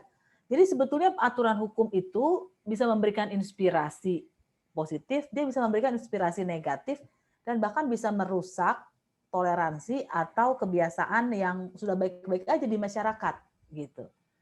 Nah, saya pikir sebetulnya Undang-Undang ITE itu adalah salah satu undang-undang yang merusak, yang memberikan inspirasi ya. Kalau selama ini masyarakat itu kesel aja gitu ya, dan kesel di akhirnya dia telan, oke saya tahu saya ini baper, kesel. Nah dia melihat undang-undang ITE ini peluang, dan celakanya ketika dia memanfaatkan peluang dengan imajinasi dan tafsir dia sendiri, itu diiyakan oleh penegak hukum gitu. Ini juga mirip dengan masalah intoleransi ya, penyerangan gitu, yang ketika orang menyerang kemudian dia tidak ditangkap oleh polisi, dia akan belajar, oh berarti besok-besok saya bisa nyerang lagi karena saya nggak ditangkap polisi. Ini persis sama. Jadi bagaimana caranya, karena gejalanya menurut saya itu kita perlu memang menumbuhkan kesadaran literasi media sosial di masyarakat, tapi lebih penting lagi menurut saya revisi undang-undangnya, karena masyarakat belajar dari undang-undang itu dan bukan kebalik gitu. Karena kan namanya juga literasi media kita rendah, ya nggak mungkin juga publik yang secara luas kan bukan publik, sebetulnya publik luas yang mengusulkan undang-undang ITE model begini ya pasti ada publik tapi bukan masyarakat umum, itu maksud saya. Agar ini tidak kembali terjadi, menurut saya begini, kalau kita menemukan kasus-kasus, kita punya waktu menuliskan kasus-kasus yang tragis itu, apalagi bisa mengumpulkan banyak kasus dan membuat laporan-laporannya, temuan-temuannya, itu akan menimbulkan kesadaran baru di masyarakat. Misalnya seperti laporan penodaan agama yang akan kami launching. Bayangkan anak umur 16 tahun bersama temannya 17 tahun yang ini betul-betul ABG yang nggak paham gitu ya, itu main TikTok dan lain-lain, tiba-tiba kena penodaan agama, kaget kan gitu. Dan menurut saya anak-anak ya, anak sebelum 18 tahun dia anak-anak tetap anak-anak gitu. Kesalahannya itu ya karena kesalahan lingkungan dan juga tidak ada kesengajaan dia untuk menghina, menodai agama gitu. Jadi kisah-kisah tragis ini perlu disebarkan agar negara cepat sadar dan publik cepat sadar bahwa ini yang terjadi kalau kita sembarangan ikut-ikutan menggunakan hukum yang tidak baik begitu. Oke, thank you Mbak Aswin. Ada pertanyaan juga yang masuk ini di chat yang pribadi saya.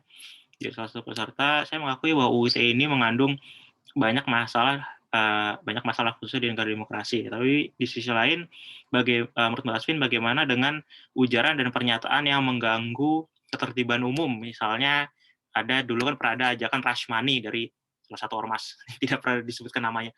Dan saya baca pertanyaan ini, saya lupa tuh hakim agung dari Amerika siapa namanya, dia bilang kalau ya salah satu batas free speech itu kan kita nggak bisa teriak api di dalam teater gitu, kita teriak di situ ada api, ada kebakaran dalam teater, nah itu bisa mencelakakan orang lain karena orang bisa buru-buru keluar, bisa nginjak-injak orang lain dan itu bisa menimbulkan korban jiwa. Nah itu untuk ucapan-ucapan yang mengganggu ketertiban umum seperti itu Mbak, dan beresiko besar misalnya menimbulkan korban, itu kira-kira gimana Mbak? Itu koreksi kalau saya salah, itu nggak masuk ke aspek yang dia menyerang ras atau etnis kan Mbak, tapi dampaknya juga bisa menimbulkan korban yang nggak sedikit juga gitu. Ya, oke. Kalau itu menurut saya dua contoh tadi itu berbeda ya. Kalau yang ras money itu dia sebetulnya masih bisa ditangkal dengan free speech yang lain. Misalnya otoritas menyampaikan atau tokoh-tokoh publik yang lain ikut menandingi gitu ya. Jadi dia sebetulnya masih bisa ditandingi dengan the speech yang lain. Tapi kalau soal tadi yang berteriak ada kebakaran gitu ya, padahal nggak ada, itu namanya kebohongan dan itu ada pasalnya gitu. Dan itu ya itu tergantung derajatnya, menurut saya ya kita bisa diskusikan itu bisa dipidana kalau derajatnya itu parah dan apalagi menimbulkan akibat gitu. Nah, jadi itu dua hal yang berbeda dan di KUHP kan ada itu kebohongan. Semoga menjawab ya. Oke, thank you. Berarti tadi kalau yang terkait rush money itu masih bisa di-counter, karena itu ajakan sifatnya Mbak. Jadi itu masih bisa di-counter oleh orang lain yang punya pandangan berbeda, kan ini nggak perlu. Sementara kalau satu lagi itu benar-benar pure mencelakakan orang lain. Kalau misalnya gini, misalnya dia ngajak saya cepat-cepat rush money karena sistem perbankan akan kolaps gitu, padahal enggak. Apakah itu masuk ke kebohongan juga atau gimana kita membedakan dua itu Mbak? Ya, ini tentu saja setiap kasus itu akan ada kompleksitas sendiri ya. Misalnya kita akan melibatkan ahli linguistik, kemudian melibatkan ahli-ahli yang lain gitu ya. Tapi ya berarti kalau ada kebohongan itu ada satu, dari mana kebohongannya. Meskipun sebetulnya dasar utamanya kan kata itu dilawan dengan kata gitu. Bedanya dengan yang dan ini ada satu kata kunci ya, imminent threat gitu. Jadi ada ancaman yang nyata ya. Kalau misalnya tadi yang di bioskop tadi itu kan potensi orang terinjak-injaknya kan besar sekali ya, karena bisa tidak ada delay. Tapi kalau tadi yang uang di bank, kalau dia keluar jam 11, maka sebetulnya jam 11.15 itu bisa langsung dibantah gitu, dan itu bisa mencegah orang seketika itu juga untuk tidak menarik uangnya gitu. Nah, jadi itu ada, dan karena itu memang kalau kita bicara kasus nanti agak sulit ya, tapi karena itu tadi kembali ke Rabat Plan of Action, makanya dia bilang ada konteks gitu. Konteks itu menjadi penting, tadi misalnya apakah dia di dalam tempat publik, di dalam sebuah teater, dalam sebuah demonstrasi, atau dia lagi berbicara di sebuah arisan gitu. Itu kan sangat berbeda begitu ya. Saya pikir itu ya, semoga sudah cukup jelas. Oke, thank you Mbak Aswin.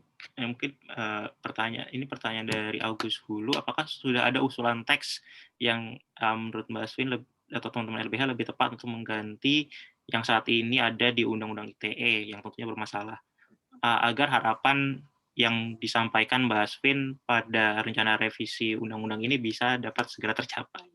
Dipersilakan, Mbak. Jadi sebetulnya kalau revisi secara nggak detail ini ya kalimat, yang pasti kalau dia penghinaan, pencemaran nama baik dan lain-lain itu dia harusnya menurut kami kalaupun dia melalui pidana itu sanksinya adalah denda, gitu. Kemudian kalau dia terkait dengan yang mau disasar adalah soal diskriminasi berbasis suku, agama, ras dan lain-lain, itu maka hate speech dan hate crime gitu. Dan revisinya harusnya ke sana. Kalau bagaimana memformulasi hate speech, gampang, kita bisa pakai pasal 20 ayat 2 Kovenan Hak Sipil dan Politik. Nanti tinggal diatur mekanismenya saja, mana yang bisa langsung dipidana, mana yang tidak bisa tidak dipidana tapi misalnya diperingatkan dulu gitu ya. Karena kan tadi berbagai konteks itu penting. Nah, saya mau mengangkat satu hal yang penting juga yang saya lupa katakan tadi di dalam rapat plan of action itu yang penting juga adalah ada sebuah tes gitu. Tes agar tidak mencederai kebebasan berpendapat, bahwa pembatasannya ini adalah pembatasan yang sah, permissible limitation dalam bahasa HAM-nya. Jadi legalitas, apakah pembatasannya pakai hukum? Dan dalam konteks Indonesia itu harus undang-undang. Kenapa? Karena dalam konstitusi pasal 28I ayat 5 dan pasal 28J ayat 2 mengatakan begitu, harus pakai undang-undang. Kemudian apakah dia proporsional atau seimbang? Misalnya tadi itu ya, dia mengatakan hate speech gitu misalnya, tapi di kolom private gitu, dengan seorang menteri di TV atau seorang pemuka agama di demonstrasi, itu kan berbeda dan tidak boleh disamakan nanti tindakannya karena jadi nggak adil. Dan yang ketiga adalah apakah pembatasan itu memang diperlukan atau necessity. Jadi pada dasarnya hak asasi manusia itu boleh dibatasi, tapi kuncinya itu proporsional dan apakah dia diperlukan. Kalau nggak diperlukan, ya nggak perlu dibatasi gitu. Misalnya ada karena HAM boleh dibatasi, kita bikin undang-undang. Pertanyaannya untuk apa? Apakah untuk ketertiban publik? Apakah dan ketertiban publik yang dimaksud oleh HAM itu adalah yang mengacu pada adalah pelaksanaan norma-norma HAM. Apakah untuk kesehatan publik gitu ya? Karena misalnya kalau ada orang mengatakan mari kita yang berbahaya misalnya kita minum racun gitu ya, dia harus dicegah untuk meneruskan itu ya, karena dia bisa mencelakakan orang lain kalau diikuti. Dan moral publik gitu ya, kalau contoh dalam kebebasan berekspresi misalnya menganjurkan untuk incest gitu. Nah di kesehatan publik tadi sudah ya, ketertiban. Nah jadi di luar itu dia tidak diperlukan, jadi tidak justified gitu pembatasannya. Oke, thank you Mbak Asvin. Mungkin kalau kita udah masuk jam 9, untuk yang terakhir kira-kira dari nah ini sorry Mbak, masuk mungkin pertanyaan lagi, mungkin ini pertanyaan terakhir ya Mbak, karena sudah masuk jam 9, di chat pribadi saya dari Aranda Risma. Menurut Mbak Asvin, sudah sampai sejauh manakah langkah pemerintah dalam revisi Undang-Undang ITE ini? Dan apakah yang menjadi tolak ukur bahwa produk dari revisi ini sudah mewakili keadilan dan kebebasan berpendapat di dalam masyarakat? Nah, jadi tolak ukur kira-kira gimana Mbak? Ya, untuk menyatakan bahwa ini berhasil atau enggak, dan sampai sejauh mana langkah pemerintah dalam revisi Undang-Undang ITE ini. Dan mungkin kalau Mbak Asvin nggak keberatan, karena pertanyaan terakhir, mungkin dari Mbak Asvin ada closing statement atau kesimpulan dan juga prospek revisi ini kira-kira ke depannya gimana Mbak? Atau mungkin sedikit tips Mbak untuk kita yang awam hukum, gimana kita nge-tweet supaya nggak kena supaya nggak kena UU ITE yang sekarang. Kalau boleh. Oke, thank you Mbak Asvin. Ya. Terima kasih juga. Jadi mungkin saya mulai dari tips yang pasti jangan melakukan ujaran kebencian, yaitu melakukan pernyataan yang mendasarkan diskriminasi itu ya, atau kekerasan dan didasarkan pada atau permusuhan yang didasarkan pada agama, ras, kebangsaan. Karena kalau sudah sampai situ pun LBH nggak akan mau bantu gitu ya, karena itu memang nggak diperbolehkan. Juga diskriminasi ras tadi ya. Nah di luar itu memang yang sering kena itu adalah menggunakan kata-kata binatang gitu ya, memaki dengan kata binatang. Di luar itu sebetulnya menurut saya nggak ada masalah gitu. Dan usahakan akurat. Tapi pun sebetulnya ketika kita mengkritik pun kita tidak wajib menyampaikan data-data karena perasaan itu juga real dialami kan gitu. Nah, menjawab pertanyaan tadi mungkin sekalian closing statement. Saya mengetahui bahwa pemerintah sedang menggalang masukan-masukan termasuk dari korban, YLBHI diundang, ketua advokasi kami yang datang. Tapi saya betul-betul tidak tahu apakah ini akan berlanjut atau tidak gitu ya, atau apakah masukan-masukan itu akan berhenti atau hanya akan menjadi masukan untuk panduan-panduan itu. Nah, karena itu mungkin tugas kita bersama adalah untuk mendesakkan ini kepada pemerintah agar revisinya terjadi dan tidak lagi ada korban-korban Undang-Undang ITE. Terima kasih sekali lagi. Selamat malam teman-teman. Thank you Mbak Asvin dan thank you teman-teman sudah bersedia hadir di diskusi kita kali ini. Mungkin kalau teman-teman nggak keberatan, kita ada sesi foto bareng sebentar di akhir diskusi kita kali ini. Kalau teman-teman ada yang bersedia, mungkin bisa dinyalain videonya. Tapi kalau mungkin lagi berhalangan nggak bisa nyalain video, ya tidak apa-apa juga. Oke. 1, 2, 3. Sekali lagi. 1, 2, 3. Oke, thank you banget teman-teman. Thank you banget juga khususnya Mbak Asvin yang sudah bersedia kita ganggu hari Jumat malam nih Mbak.